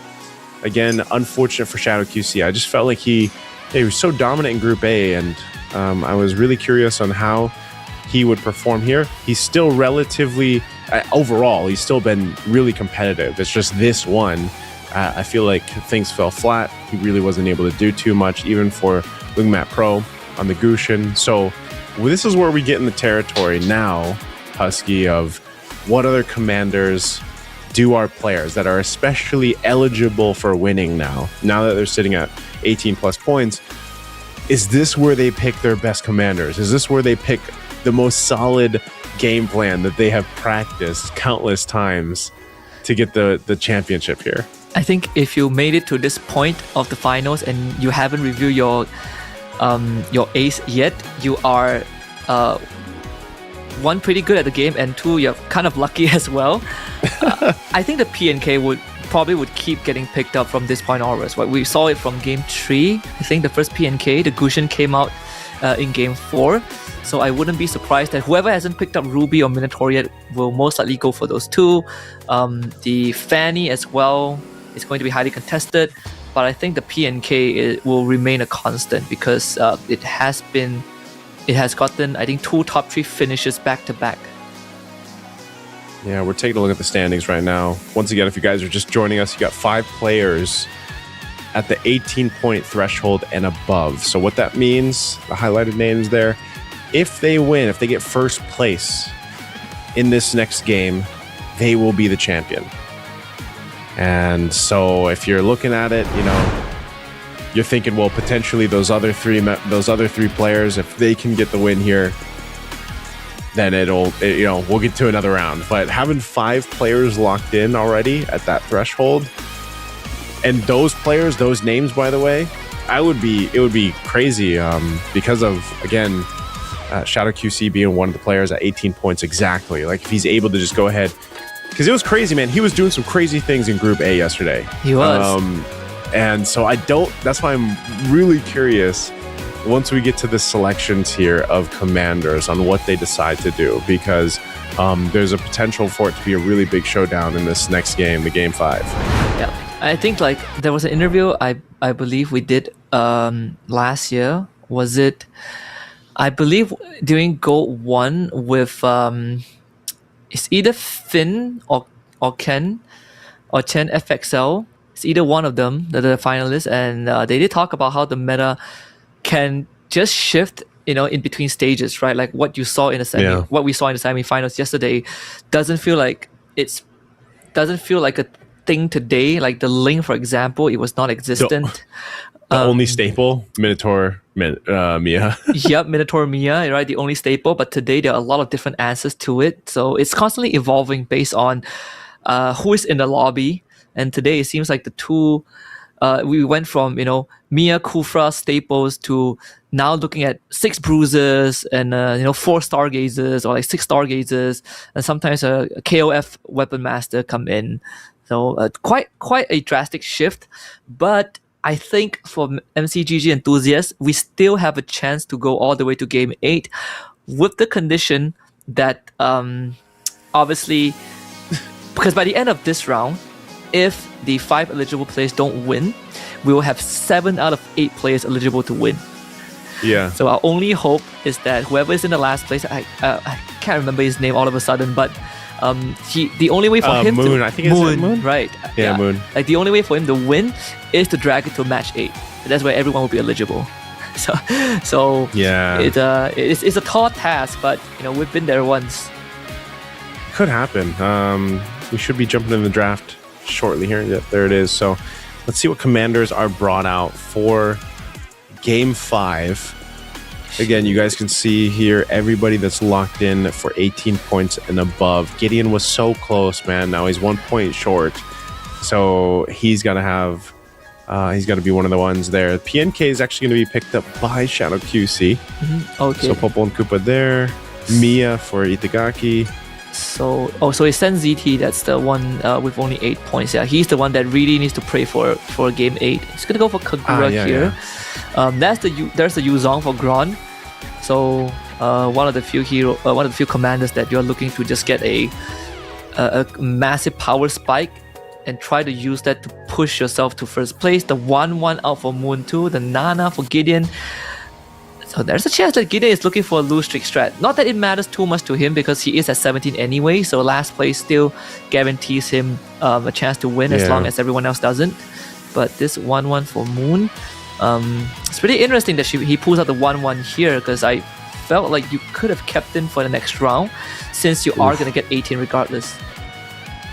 Yeah, and also Sinta went with the Amon. That's what we saw a decent amount, in the previous seasons, of Rising Stars, and Sinta, again, one of the players to really watch out for from Indonesia. He's just been able to do so well so far. But there's a lot here, man. There's a lot, with these commanders alone that we could see happen. And with the 5 players that are eligible here, I think the commanders are based off what we see in the initial early phase of the game will tell us kind of where things might fall into place for our championship if it happens. But maybe we do. Maybe we get all the way to 8 rounds.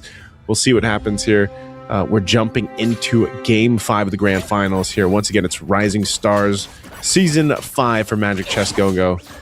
And we will jump in, catch up. We'll see what Go-Go cards are locked in. Mostly, we've been seeing a whole lot of, whatever the commander is, that's the kind of the Go-Go card they get for the first one. But also, now that a Yu Zhang is into play, something that me and Mo discussed, especially yesterday during the semifinals, was, having that potential to get obviously a better Go card, right? A better tier. So Gran does go with the Harley power. Yep. So yeah, he's looking to ramp up here. He already picks up a Hanabi. Does give him the Soul Vessel, Marksman, and the Glory League, but the Soul Vessel is the one that matters, and that's what you usually want to do when you pick up Yu Zhong as a commander. You are looking for power spikes that defy the basic fundamentals of the game, right? Only you have access to something as unique as the Yu Zhong, so you want to use it to push yourself forward. But sadly, he does run into Itagaki, which has the Mia, so you can't really beat an extra hero on the board in this early game. So not only that, but the Mia with the Mia, Mia with the Mia, or Mia with the Mia with the Zhang. I don't know if he'll actually build that out though, because that's something I've been asking for since yesterday. Was the Soul Vessel synergy actually working past just the 1-star Zhang? I don't know if we'll see it though. But taking a look at Sinta, I think he's obviously still trying to figure out what his game plan is going to be just yet. Doesn't really have what he wants. So we'll have, he's just going to go ahead and take that one. Yep. And he can afford to do so because you basically gain economy when you get 2-star on your hero, and you gain mirror devices. So ideally you want to be able to hit 2 stars on heroes that you would keep for long periods of time, that really would follow you into the mid and late game, so you can make use of the economy. It would be a waste to have to sell those heroes and kind of scramble your board. So I think this lose streak is okay for Sinta, and it is something that we've seen throughout the whole grand finals, where he's just comfortable being at the bottom to gain an advantage in the carousel and then come back in that mid game. Yeah, I think Sinta, even from our semifinals up until now, he's been the player to play around the most, lose streaks or less health strategies that we've seen. Gideon right now too on the Nana, expect something similar from him, especially he's got the Neo base building up, but he's actually going to go ahead and win this round against Garan, as Garan is still looking to play into this Yu Zhang build that he's got. At least commander is Hanabi. Although it does quite a bit of damage, we'll be able to survive it through that. So Gron will take some himself. Plenty of economy being spread out here. We're going to jump into our first carousel, though, and this will tell us where our players plan to go. Sinta first pick. We'll grab the DHS. Lungmat Pro, grab the Glowing Wand. And you've got Gideon going for some defense. He'll pick up the Antique Cuirass and gets Oracle. Single control for Magron. Shadow QC also Brute Force, and then a Feather for Itagaki, which is going to be great considering what he's building. So good items, honestly, for most of what we've seen, at least for the initial plans from our players. Yep, and Sinta has an angle to go for Glory League too, because to activate the 2 Glory League synergy is pretty cheap. Alucard, I think not Alucard, the Phobius, the Beatrix, and he has the DHS, so he could easily equip that onto the Beatrix. And that could be the angle that gets him into that mid game in a good state. He also has the 3 Scavengers activated, and the Hand of Moons, the Marksman plus the Soul Vessel. A lot of damage, but not too much resistance. So you're again playing on borrowed time, looking to clear out the board as fast as possible before you run out of health bar. It's gonna be pretty close. It's Hanabi Mia against Hanabi Mia Esmeralda, I think the Hanabi wins. Yeah, even with the Heart Bond, Hanabi win that one. Coming back through, but Esmeralda not enough, so Gran will do some damage to Moon. Again, early things still here in this, for some of our players, really trying to get the groundwork done on the synergies. Pretty healthy across the board, though, right now, Itagaki. This is kind of what we expected, though, for him to have that kind of lead with the Mia. Also, he is just stacked up on attack speed items, and I think for most of our players fighting against Itagaki, that's going to be a little bit hard to deal with. So Sinta still looking to make his move with this Amon Commander. He's got a couple 2-stars now, though, with the Phoveus and the Alucard. Oh.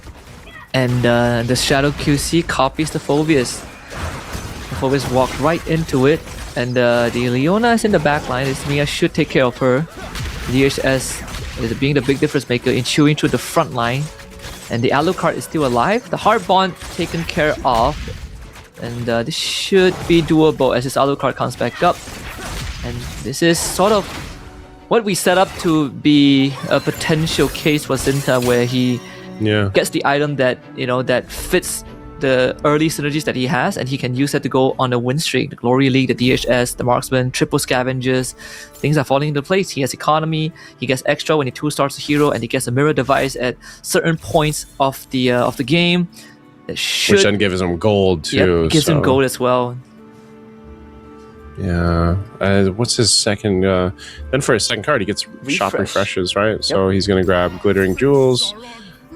We've got Map Pro going for equipment. Oracle over here for Gran. A lot of shop refreshes, at least for now. And a couple of those being held on to is probably the Rock Shield. Wow. Nomad Pro already prepping for the late game.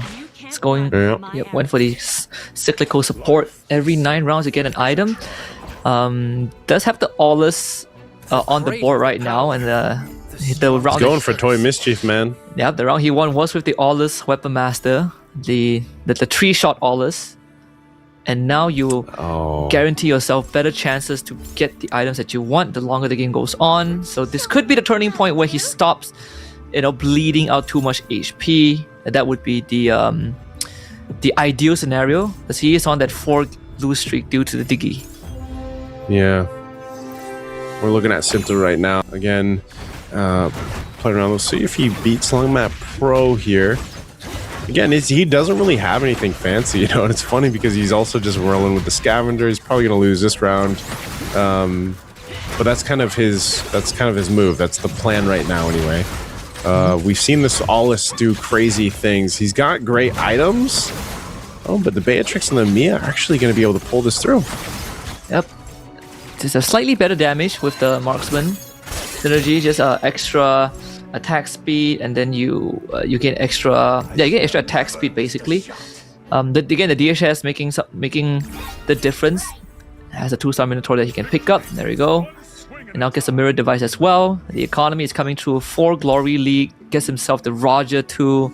Senta is in a very good spot, but for Long Mad Pro, we do see, sort of the power spikes that he can achieve with the right pieces. And right now, he's going to be stocking out on economy. Gideon spent quite a lot of his gold actually just to hit the level 7. Yeah, he spent quite a bit. We're still going to watch Sinta though. What He's early up against Ling here? yeah. Early Ling, man. Ay. Like you say, Naisu, sometimes it's about the RNG. Yeah.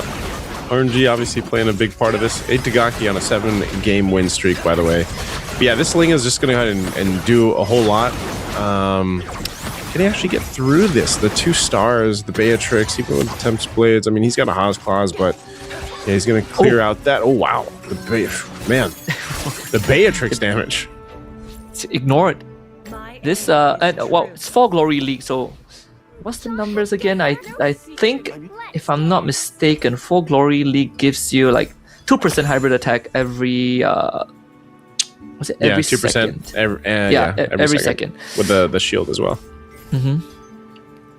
Yeah, the long game. No one's dangerously low though at this point. This might be one of those things once again where you just kind of see what the pivots are going to be. It doesn't seem like everyone's showing their full hand just yet, and expect Sen and Gideon to have, like I said, even a potential shield later on, as Gideon's sitting at that 48 HP here. For Lungmat Pro, he looking pretty good. I mean, his Esmeralda's healthy here. He's got to get through this 2-star Gatakacha with a Lilia in the back. Is unleashing, but Gideon's playing the Neo Beast, you know, so he's waiting to go ahead and open that chest, and this is usually what we see. You know, you take those losses, you build up your chest. He's probably going to get to 300 or close to it, and then pop it once he gets also, when we see what the next items are going to be here in this carousel. Yeah, Nana Neo Beast, a match made in heaven, Longmat Pro. No one is going for Toy Mischief, so he can basically get he basically has a very good chance of getting the Toy Mischief if he fully commits into it. Right now, it still feels like he is a bit undecided. He takes the Exorcist Power Crystal. I thought that he would maybe go for the Bruiser one, or you know, just some items, but this could indicate some sort of a pivot. The Exorcist Power Crystal is pretty specific in terms of the board you want to go for. The Yuzong is one of the examples, the Hayabusa as well. Maybe you could put like a one Exorcist with a Bruiser, in this case Yuzong, and then you get like a Link or the Benedetta, and then you put the emblem on him, or the Iori Yagami that we saw from one of the previous games. Yeah, we're also going to look, I think, for this one, see if Gideon can withstand this. Like I said, I think after this, maybe after this one or one more, because they still have a creep round coming up that he opens that chest up. So most likely we'll have a tough one against Shadow QC here. I don't think he just has enough to deal with this, plus that Valentina now pretty stacked on items. A Holy Crystal on the floor in too, so easy win there for Shadow QC. Gideon will take the hit. Again, saving for economy, so expect the pivot here in the next round or two, or maybe 2 rounds after that creep.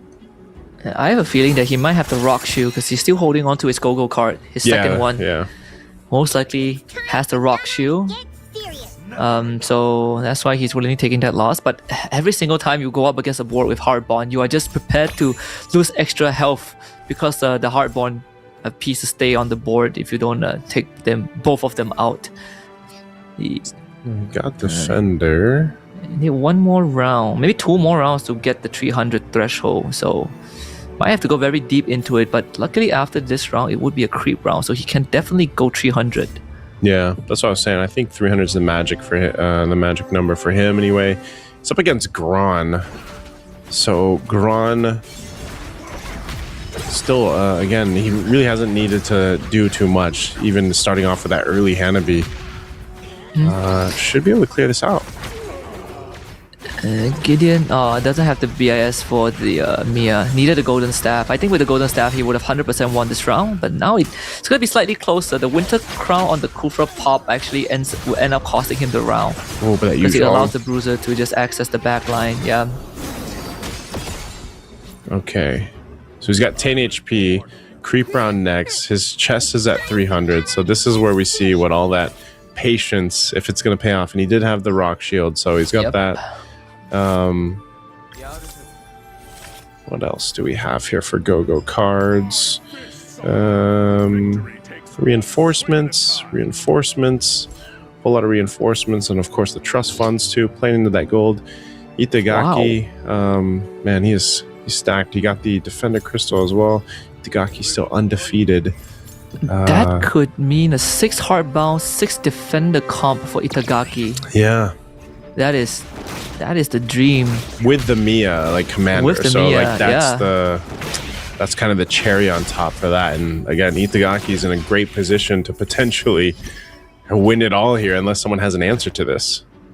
It's on a 10 win streak. I think Sinta went for Glittering Jewels again, so he has a cumulative of 22 free shot refreshes. I'm not sure how much is left, but it's a pretty good time to start rolling patiently for the pieces you want and then cash in on the mirror device. He is sitting at level 9 already, so those 4 and 5 costs are gonna come by.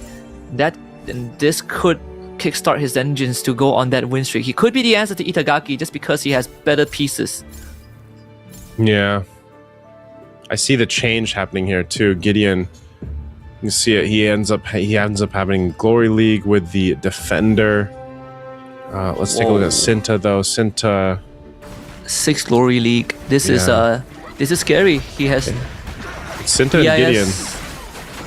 He has the BIS on the Beatrix too. So AoE Life Bane. Yeah, Cinta might actually, just because of the Glory League, man. Yep. Or Gideon with the Glory League. It's actually quite a bit. And then just this having is like a Wenwu fight. Yeah, I know. Ooh, having his Lancelot though. Oh, Gideon might win. Ooh, so close. Yeah, Gideon won, man. The 6 Glory League just ended up paying a huge dividend there in that one. It's 6 Glory League against 6 Glory League. That's what made it fun too. Gideon's Beatrix was untouched. Like both of them had Lancelot, and I think the part that stings for Cinta is that he has the items on the Beatrix, but it just didn't do enough, right? The Beatrix got jumped on and survived for way longer than she should. But unfortunately, there was a Lancelot on top of him. The Lancelot itself is very much sought after. You have Cinta, you have Gideon going for it. I think the Itagaki also wants a Lancelot. There's only like one more Lancelot. There's only 3 more Lancelots like left in the pool. Yeah, so 3. They all could respectively get a 2-star Lancelot, and that would be it. Even in the 2-star Lancelot though is just quite quite a power spike basically that you can utilize. Cinta though actually going to take the loss here against Shadow QC, so that we've seen this before, man. Shadow QC, he was rolling with a Stargazer, the Luminexus. He's going with a mage synergy build that we see especially pop up later on. We'll have to see Itagaki, if anyone's going to deal with this. I mean, he's actually getting closer to the 3-star Minotaur. He's getting closer to the 3-star Mia.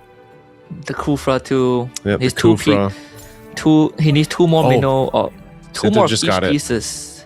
Cinta just got the 2-star Lance. Power of the Amon, so nice. Just get a free copy of a hero. You take it away from the shop too. It doesn't count as an extra. Yeah, but Itagaki, I mean, he has 100 health, so nothing to worry about. Here's a 3-star Kufra here.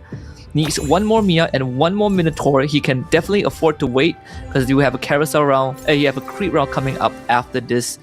The carousel round. Yeah, the carousel and round. In fact, he has a Lancelot too. So against like Shadow QC, all the Lancelot needs to do is to get to the back line without getting deleted, and he might be able to clean it up. Like the Lancelot has a Winter Crown, has a Sea Halberd for the Life Bane, and has the Purify, so you can't even crowd control it. Oh no, that's Cinta, sorry. But this Lancelot has a War Axe for Itagaki's side.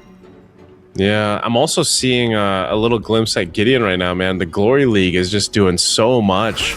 Gideon actually is the first one to do damage to Itagaki, so that Glory League, what we were talking about, the 6 Glory League, really coming through for Gideon. I mean, the patience that he had. Again, he's still got the Nana passive. Wow.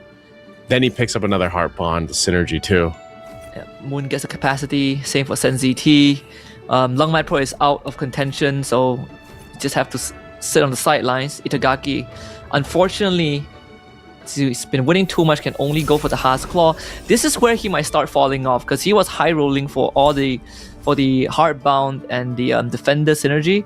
So he's basically sacrificed his economy for that early power spike. And to build it up from this point onwards is going to be hard as other people's board will have better scaling. This will be massive because, I mean, just the power that Gideon's lineup has had so far with the synergies. Again, he's off to a really good potential to win this based on what we've seen, because he was able to go ahead and take down Itagaki. That'll get us to another round here, but let's go ahead and see how Cinta plays this one out against Sen. Again, the Glory League seems to be the move here for a couple of the players right now too. Relying on the Roger, relying on the Lancelot. The Yorigami though, we've seen this before, man, but there's the shield from the Kagura. Oh, I don't know if that's gonna be enough. Might do enough. Oh, the lance. The Lancelot, man. It's just the 2-star. That's what I was saying. I hope somehow, some way, we get to see the 3-star Lancelot. Here we go. Gideon off against the races here against Moon. Man, Gideon will actually take a hit. So Gideon sitting he still has a shield, so he's still got around. He's still got the Nana. Very, very 17 close. pointers. Really, neck and neck here. Yeah. Rafaela, Ruby hitting those 2 stars. Itagaki getting closer. He's actually, he's got the 3-star Minotaur now for Itagaki. Man. So his front line's building up. Sinta is holding onto the Iori too, so good luck trying to get your Iori pieces. So he's not only getting he's got himself 2. what he wants, he's also influencing other people's board.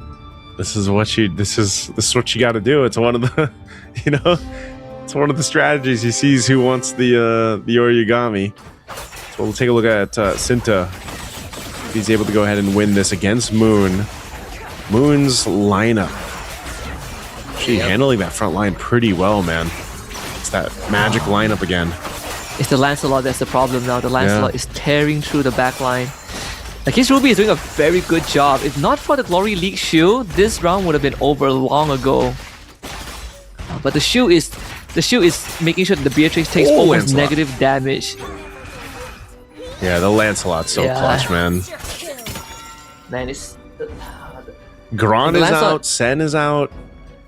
So we have what Gron makes and it Sen. worse is that the Lancelot is also Glory League. Yeah. You have a Lancelot that scales infinitely, has iframes, gets a shield every second, so every time he goes into his Thorn Rose form, he just gets the shield without him being punished. I will turn this world upside Yeah. down. Oh, he Glory found the League is a Lancelot again. move. Yeah, he got it again. Yorigami for Sinta also hitting. You see that right? Yeah, 2-star. So he's got the 2-star there. He's just going for that kick. He's going for that way the dragon kind of reset build on him because he got the golden staff there too. So that's what he's really just trying to play. We'll see what items he picks up off of this. That's the mirror device too for Sinta. So that's going to be some extra gold. He does get closer to another Yori. He's just going for the 3-star. He's going for the 3-star Iori, yeah. He's going for the 3-star Moon. Moon's also picking up. This could be potentially last round for Moon. He's going to kind of all in what he can get. Picks up. He's rolling with the Dauntless Stargazer. Wow. How cool would it be if you win the grand finals with a 3-star Iori? Yeah. He has his hands on his head because if he rolled down everything, he just needed 1 Iori and he would have hit 3-star. That's all he needed. If he hit that's 1 all he Iori in the needed. shop just now, he could just use the mirror device and get the 3-star Iori, but might as well go for it, right? He's so close, It's man. so he's close. so close. And he has the Ew. Purify and the Winter Crown, so you can't even crowd control this Iori. Every kick will kill one piece. Yeah. I Does he mean, win he's here, got though? another round, right? Oh, wait, no, he might not have a round. Never mind, yeah. He's going to be No out. way. So it was, No way. he wanted to take a chance. Doesn't happen. Oh, Dude, the it's gamble. looking scary though. Itagaki could end up Good winning on through. Lord. It's only him and Shadow QC and Gideon. Oh man, that was so unlucky. He needed just 1 Iori. He knew the moment he couldn't hit the Iori, the game was over for him. Wait, we're gonna Chat have a is- Wait a minute. Wait, if Gideon loses, we're gonna have a champion at either one of these, right? Yep. If Gideon Yeah, loses, 'cause- it's either Itagaki or Shadow QC. Oh my goodness. Man, Gideon has to pull through with 1 HP.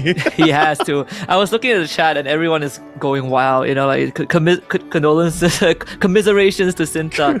Good try, My good goodness. try. It was either 9,000 aura or minus 9,000 aura. Like that. Yeah. All right, we're on Shadow QC's POV here against Itagaki. He's so stacked up, and this is the mage lineup that we've seen win before. They're Okay. enough to target down the Mia, but is it enough? Come on. The Farsa's still making work. The Kyo Aw. Kusanagi as well. Oh! Oh, this mage Shadow lineup. QC. This mage lineup is a problem because Itagaki, he just hit level 8, and again, he spent a lot of his economy on just perfecting his board and get the 3-star, but at the cost of just not having enough damage.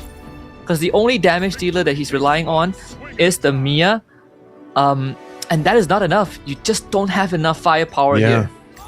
This is exactly what we see every time, though, Husky. It's like that, the Mia Minotaur Kufra combo that you see a defender heart bond with, whether or not they have the Mia commander. Like, it starts out so strong, but it gets you to top 4, and that kind of serves its purpose. But obviously, Itagaki wants to win this Shadow QC too. They beat champions. Gideon's holding on, though. And he's rolling with Defender and Glory League. He's got and the Heart Bond. So he's like playing the long game. He wants this to go on as long as possible for his matchups here. He's going to be going against Shadow QC, though. He has a Let's chance. see if he can pull it off. He does if he have a can beat chance. Shadow QC, he could definitely win this. He could. As long as he's able to stay alive. But man, this is a problem, though. Come on, Lance. Come on. Winter Crown? Winter Crown? One more Thorn Rose. No, it's just too much. Oh, the Rafa, man. The Rafa. The Rafa in the back. That's Gideon bowing out. We're going to have either Itagaki Konoe, a champion, or AOT Shadow QC. Well, Vietnam has a chance. They missed out goal 1, but here in MRS 5, they could start off the season with a trophy.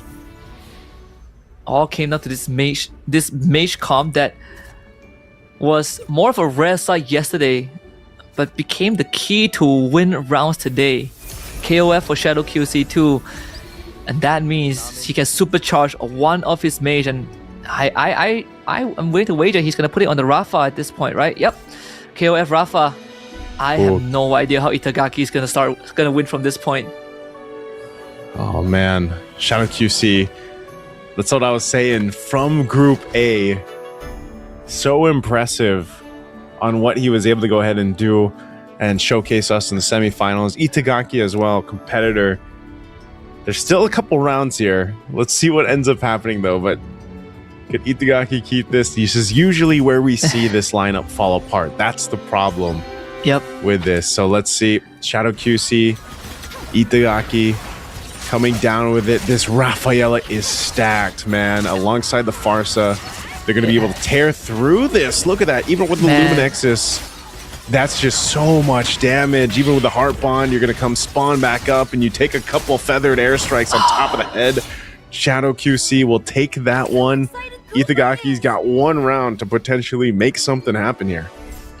I feel like we can call it. I don't see a way back for Itagaki. He has already spent his bank. Shadow QC is at level 10. He has at least one round left. He can roll for 5 costs. I think this might be it. And Shadow QC, better late than never, right? He missed out the 18-point threshold by an extra round because he finished at 17. Had to take an early L in the previous round by finishing last.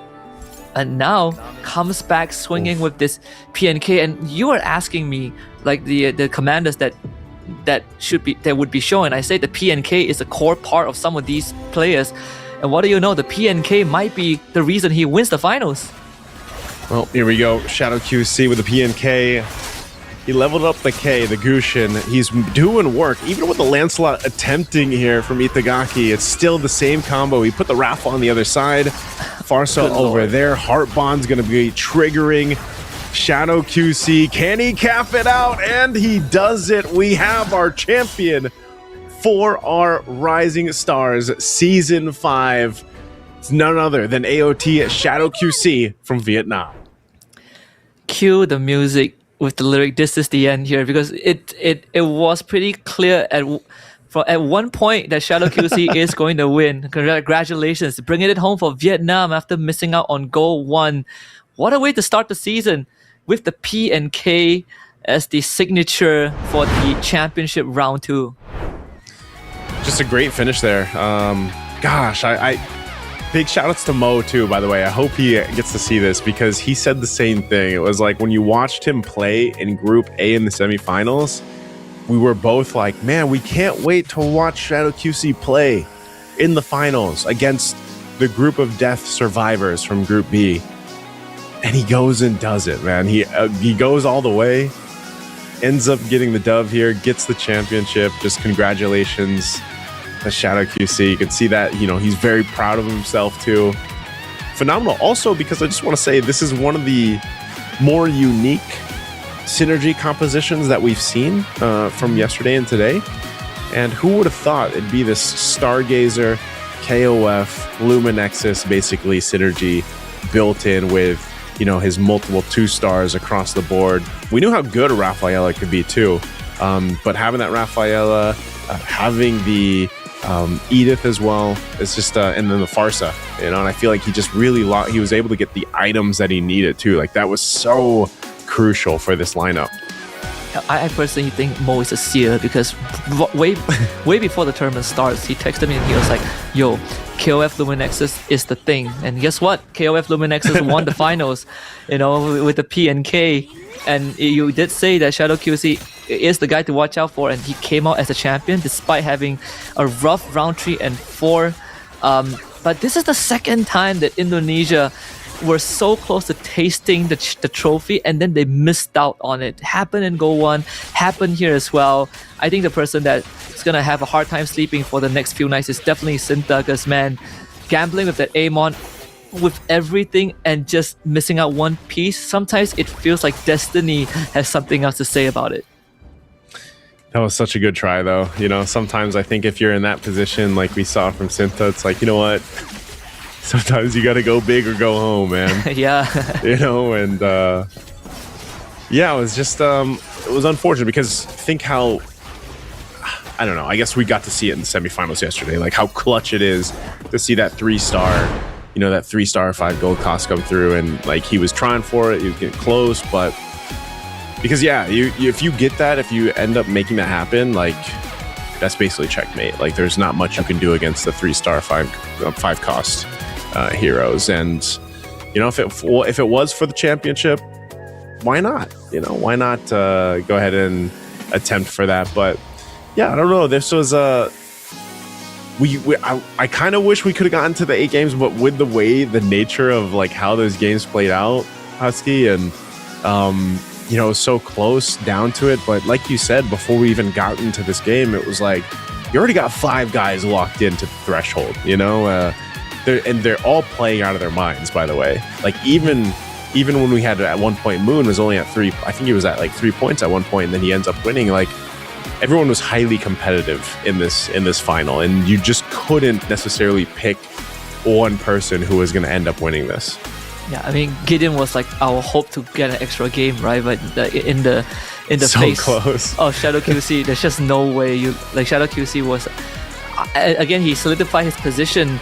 I think by the time there's only 4 people left, you sort of can see that he's gonna win, and you're just waiting for him to fight everyone at least once to confirm that. But even for Gideon, you know, he ended the run with 17 points before this game. If Gideon won this round, we would have 7 out of 8 players eligible, and that probably would have made the grand finals a lot more interesting. But I would settle for this. I think the way that Shadow QC won sort of you know, played to the prophecy that we kind of laid out at the start of the day. I was gonna say, you know, it honestly started with yesterday, just seeing him play through the semifinals, because you know, Mo, who's very analytical with what he's able to see, Mo was kind of like losing his mind, at least in the first group, for Group A, with how Shadow QC was just playing. It really did see like he was just in a different level than the rest of Group A, and I think, you know, finally seeing him play here against the best of the best for Season 5, you can definitely see that, you know. But again, you're in a situation where I feel like there was so many cases where a lot of these guys could have been Shadow QC here too. It was just what separated him in his championship run here was the fact that, yeah, he was able to go ahead, lock in this synergy, have sort of the favor of getting the items that he needed, the roles that he needed. Even when he started out, because he went with PNK, right? And then he went with the Ruby Power, the go-go card for his first off. So he had the Scythe and the Cloak. Obviously, that also plays a big part in how he was able to utilize this lineup. And then he had early on, his second card was the Dark Blade, right? So he's basically dealing with a lot of the sustainability and the healing that came out from his opponents. And, you know, those little choices, like down to the go-go cards, playing into his synergies that he brought is what ended up being the win for everything stacking up for him. Yeah, he played into a lobby where no one was paying attention to that comp, which was the trend in the previous 2 games too. He basically was able to find that crack in the lobby meta, which you did ask me about, and I said that sometimes you just have to go against the grain and see which composition is not being prioritized, and that usually could give you a good chance of winning. And again, he basically played it to perfection. He found the right comp to pivot to. He found the right go-go cards to set himself up and prep for the future and what he might have to deal with, which in this case is Sustain because of Hard Bond and Defender. And overall, just very good prep work done by Shadow QC. The PNK obviously made his life twice as easy because he gets to cheat out on a couple of chess pieces. Even if he doesn't need it, he sells it for extra gold. And once he hits that piece, I talked about how Beyond the Clouds was something that we haven't seen in Season 5. And guess what? Beyond the Clouds was what he won with. It really feels like he is the person that goes against the prophecy, or in this case, he fulfills the prophecy. Yeah, again, the approaches that our players take here throughout whether that's the semifinal and how quickly the meta can kind of change from day to day.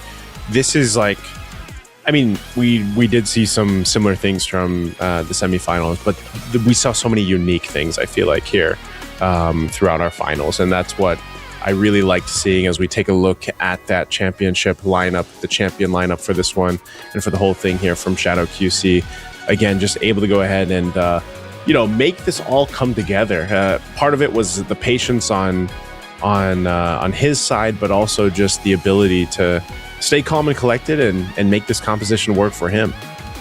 Pretty crazy that he won Season 5 with a Season 4 comp, with a Season 4 lineup. Right? Aside from the Rafa and the Florian, but if you just look at the synergy itself, this is exactly what you would expect people expect to be winning games in Season 4 lobbies. So, and props to this guy. Again, Mo has an eye for talent, so people that he say is gonna win usually comes out in the top contenders. And Shadow QC defied the odds, played the long game. And in MCGG, it's really not how you start, it's how you finish. But he started strong and he finished strong. I think that's what makes Magic Chess Go so fun, man. You can have a strong start like this if you want to.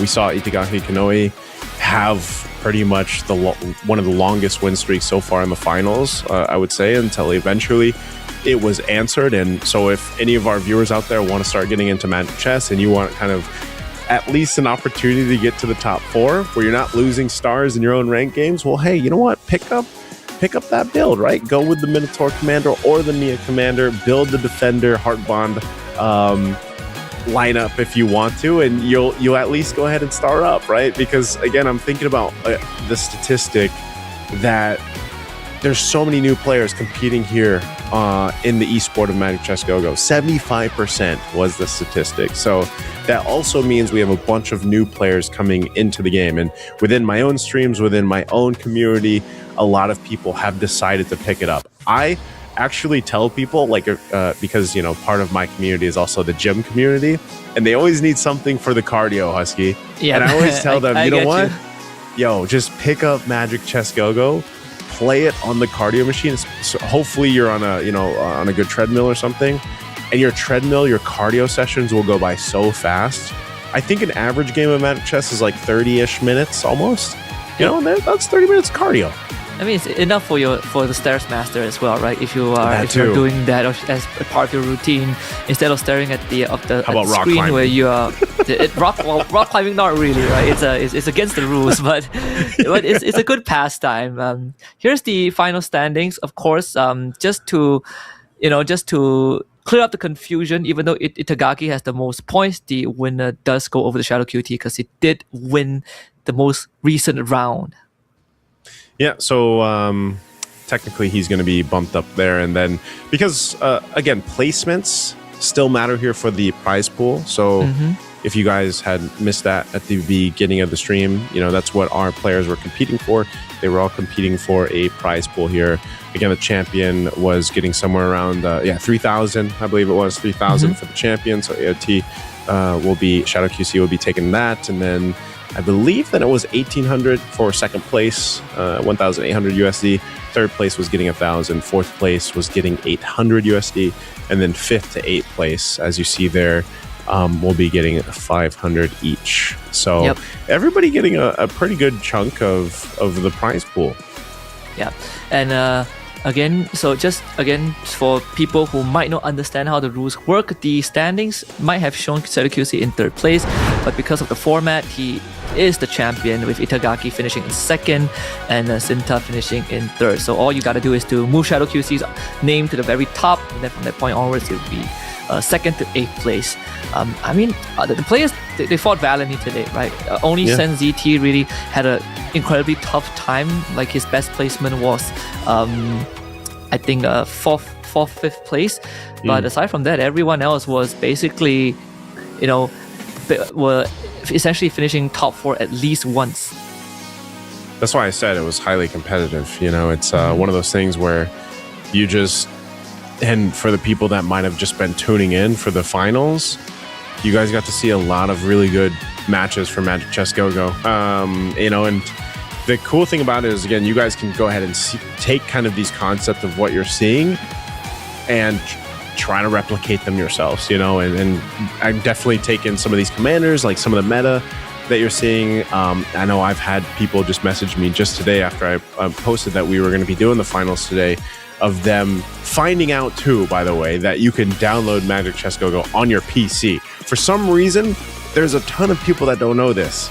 They just think that you can only play it on your phone. Well, if you guys are also like me, and not only do I have it on both my phones, I also have it on my PC, because sometimes when I'm just playing, or I'm doing a little bit of work, Magic Chess Go-Go, you can put it somewhere else on your everybody's got like whatever operating system they have. You can split the screen if you want to. You could put it on your second monitor, third monitor, fourth monitor, how many monitors you guys have. Get the PC version of Magic Chess Go-Go. Trust me, even the effects just look way cooler seeing up on a bigger screen. I don't know if that's because I'm old, Husky, but I like to play it on the PC, man. Oh no, I'm the same as you, right? I could be doing some work, having MCGG on the side, but people with more than one monitor, you could even put up like your strat book on the other monitor. There's plenty of ways to go with it. Again, this game is very.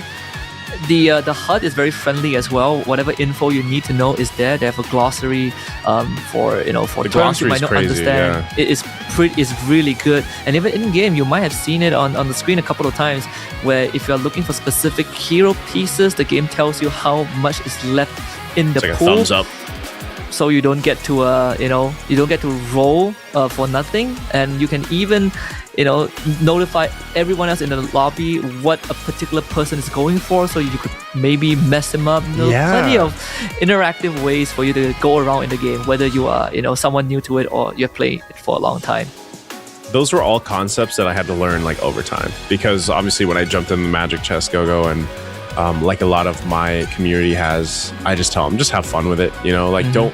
Don't get too caught up in all the crazy strats you guys are seeing, or like get caught up in the deep strategy just yet. Like, you can still really enjoy Magic Chess Go-Go by just downloading it, even without loading up a lineup. I'll say this: if you guys are familiar with MLBB, like, you can load up your equipment set from some of the top players or certain heroes and everything. You can do the same thing for Magic Chess Go-Go for certain commanders, right? You can like literally kind of set the lineup, jump into the game, and then when you open the shop, what I love about it is like it gives you the thumbs up, it kind of, even with the items, it tells you, go for this, go for that.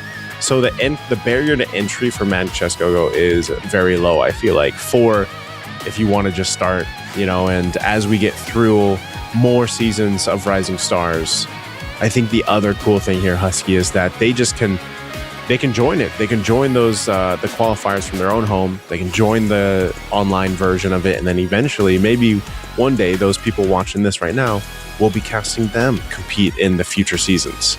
Yep, I'm looking forward to that as well. From the comfort of your room, and you have a chance to become a champion, or maybe potentially a world champion. that's a chance that I would take any time of the day. But yeah, it's been a pleasure. The talent pool is so wide, and I can wager that it will only get bigger. Yeah, this couple days I feel like just isn't enough for Magic Chess Go-Go. Hopefully that gets to a point where there's a longer kind of run tournament-wise, and more players get to go ahead and get into it. Because if I remember right, eventually, when we get towards the end of the year, I'm assuming just like usual with the roadmap, we'll have our, of course, like go-to come up, and eventually, I don't know if they'll... Well, technically, they traveled for Go 1. They did.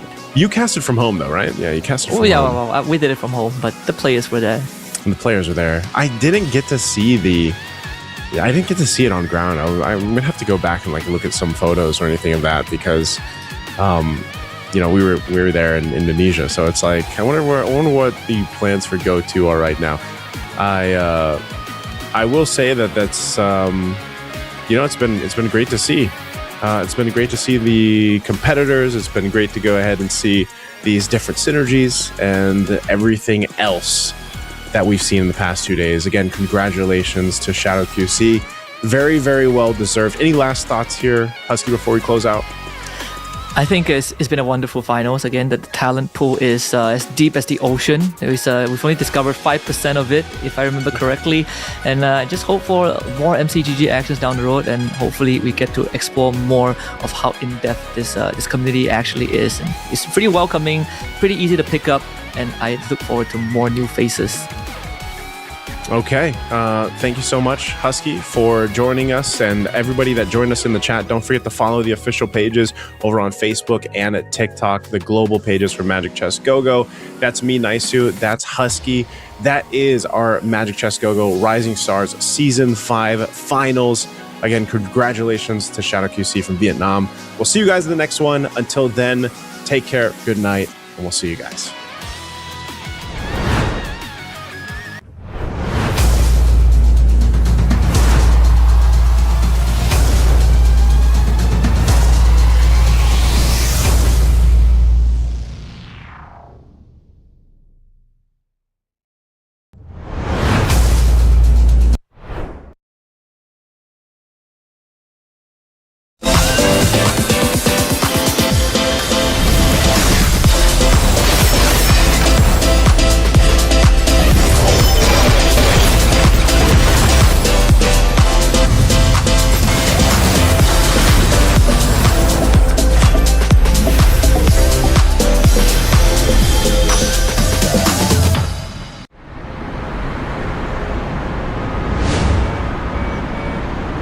Man, I'm drained.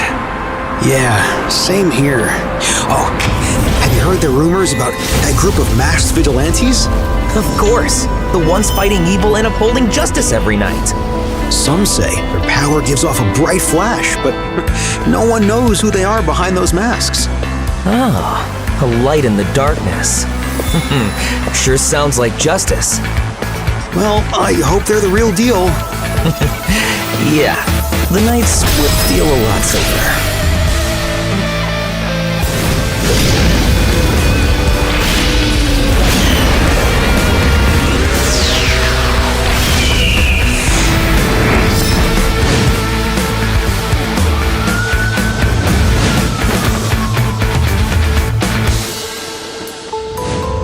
Mommy!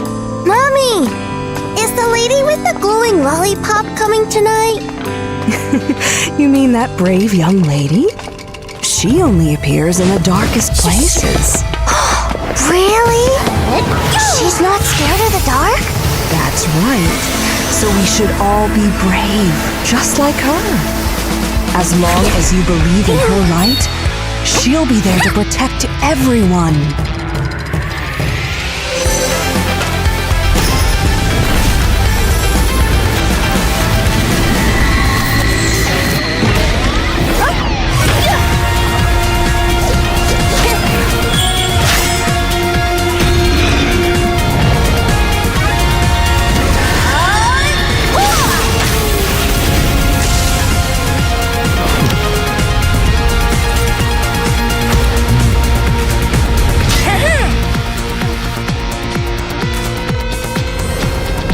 A new crisis is brewing.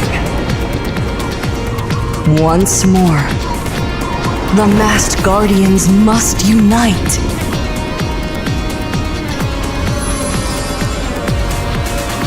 To defend the city.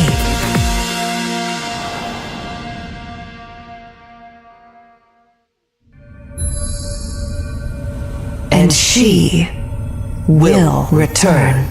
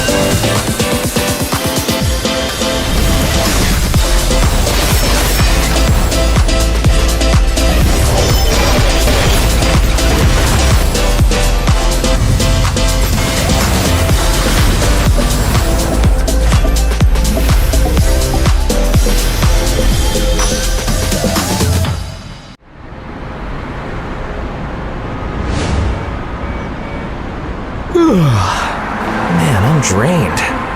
Yeah, same here. Oh, have you heard the rumors about that group of masked vigilantes? Of course, the ones fighting evil and upholding justice every night. Some say their power gives off a bright flash, but no one knows who they are behind those masks. Ah, a light in the darkness. Sure sounds like justice. Well, I hope they're the real deal. Yeah, the nights would feel a lot safer.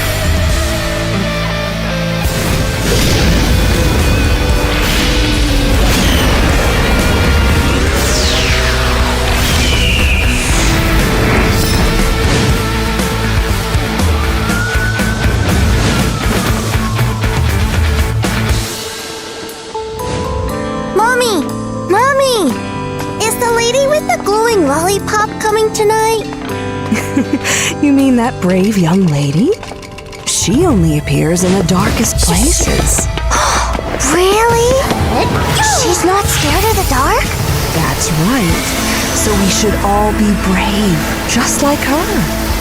As long as you believe in her light, she'll be there to protect everyone.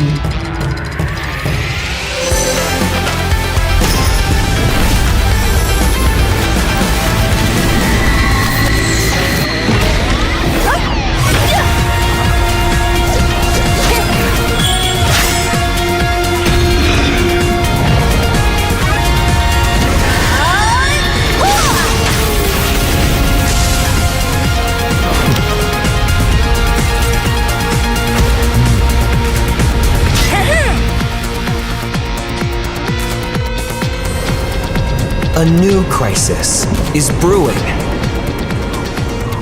Once more, the masked guardians must unite.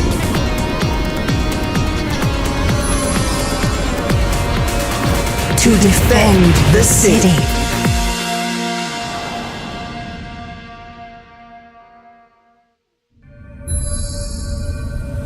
And she will return.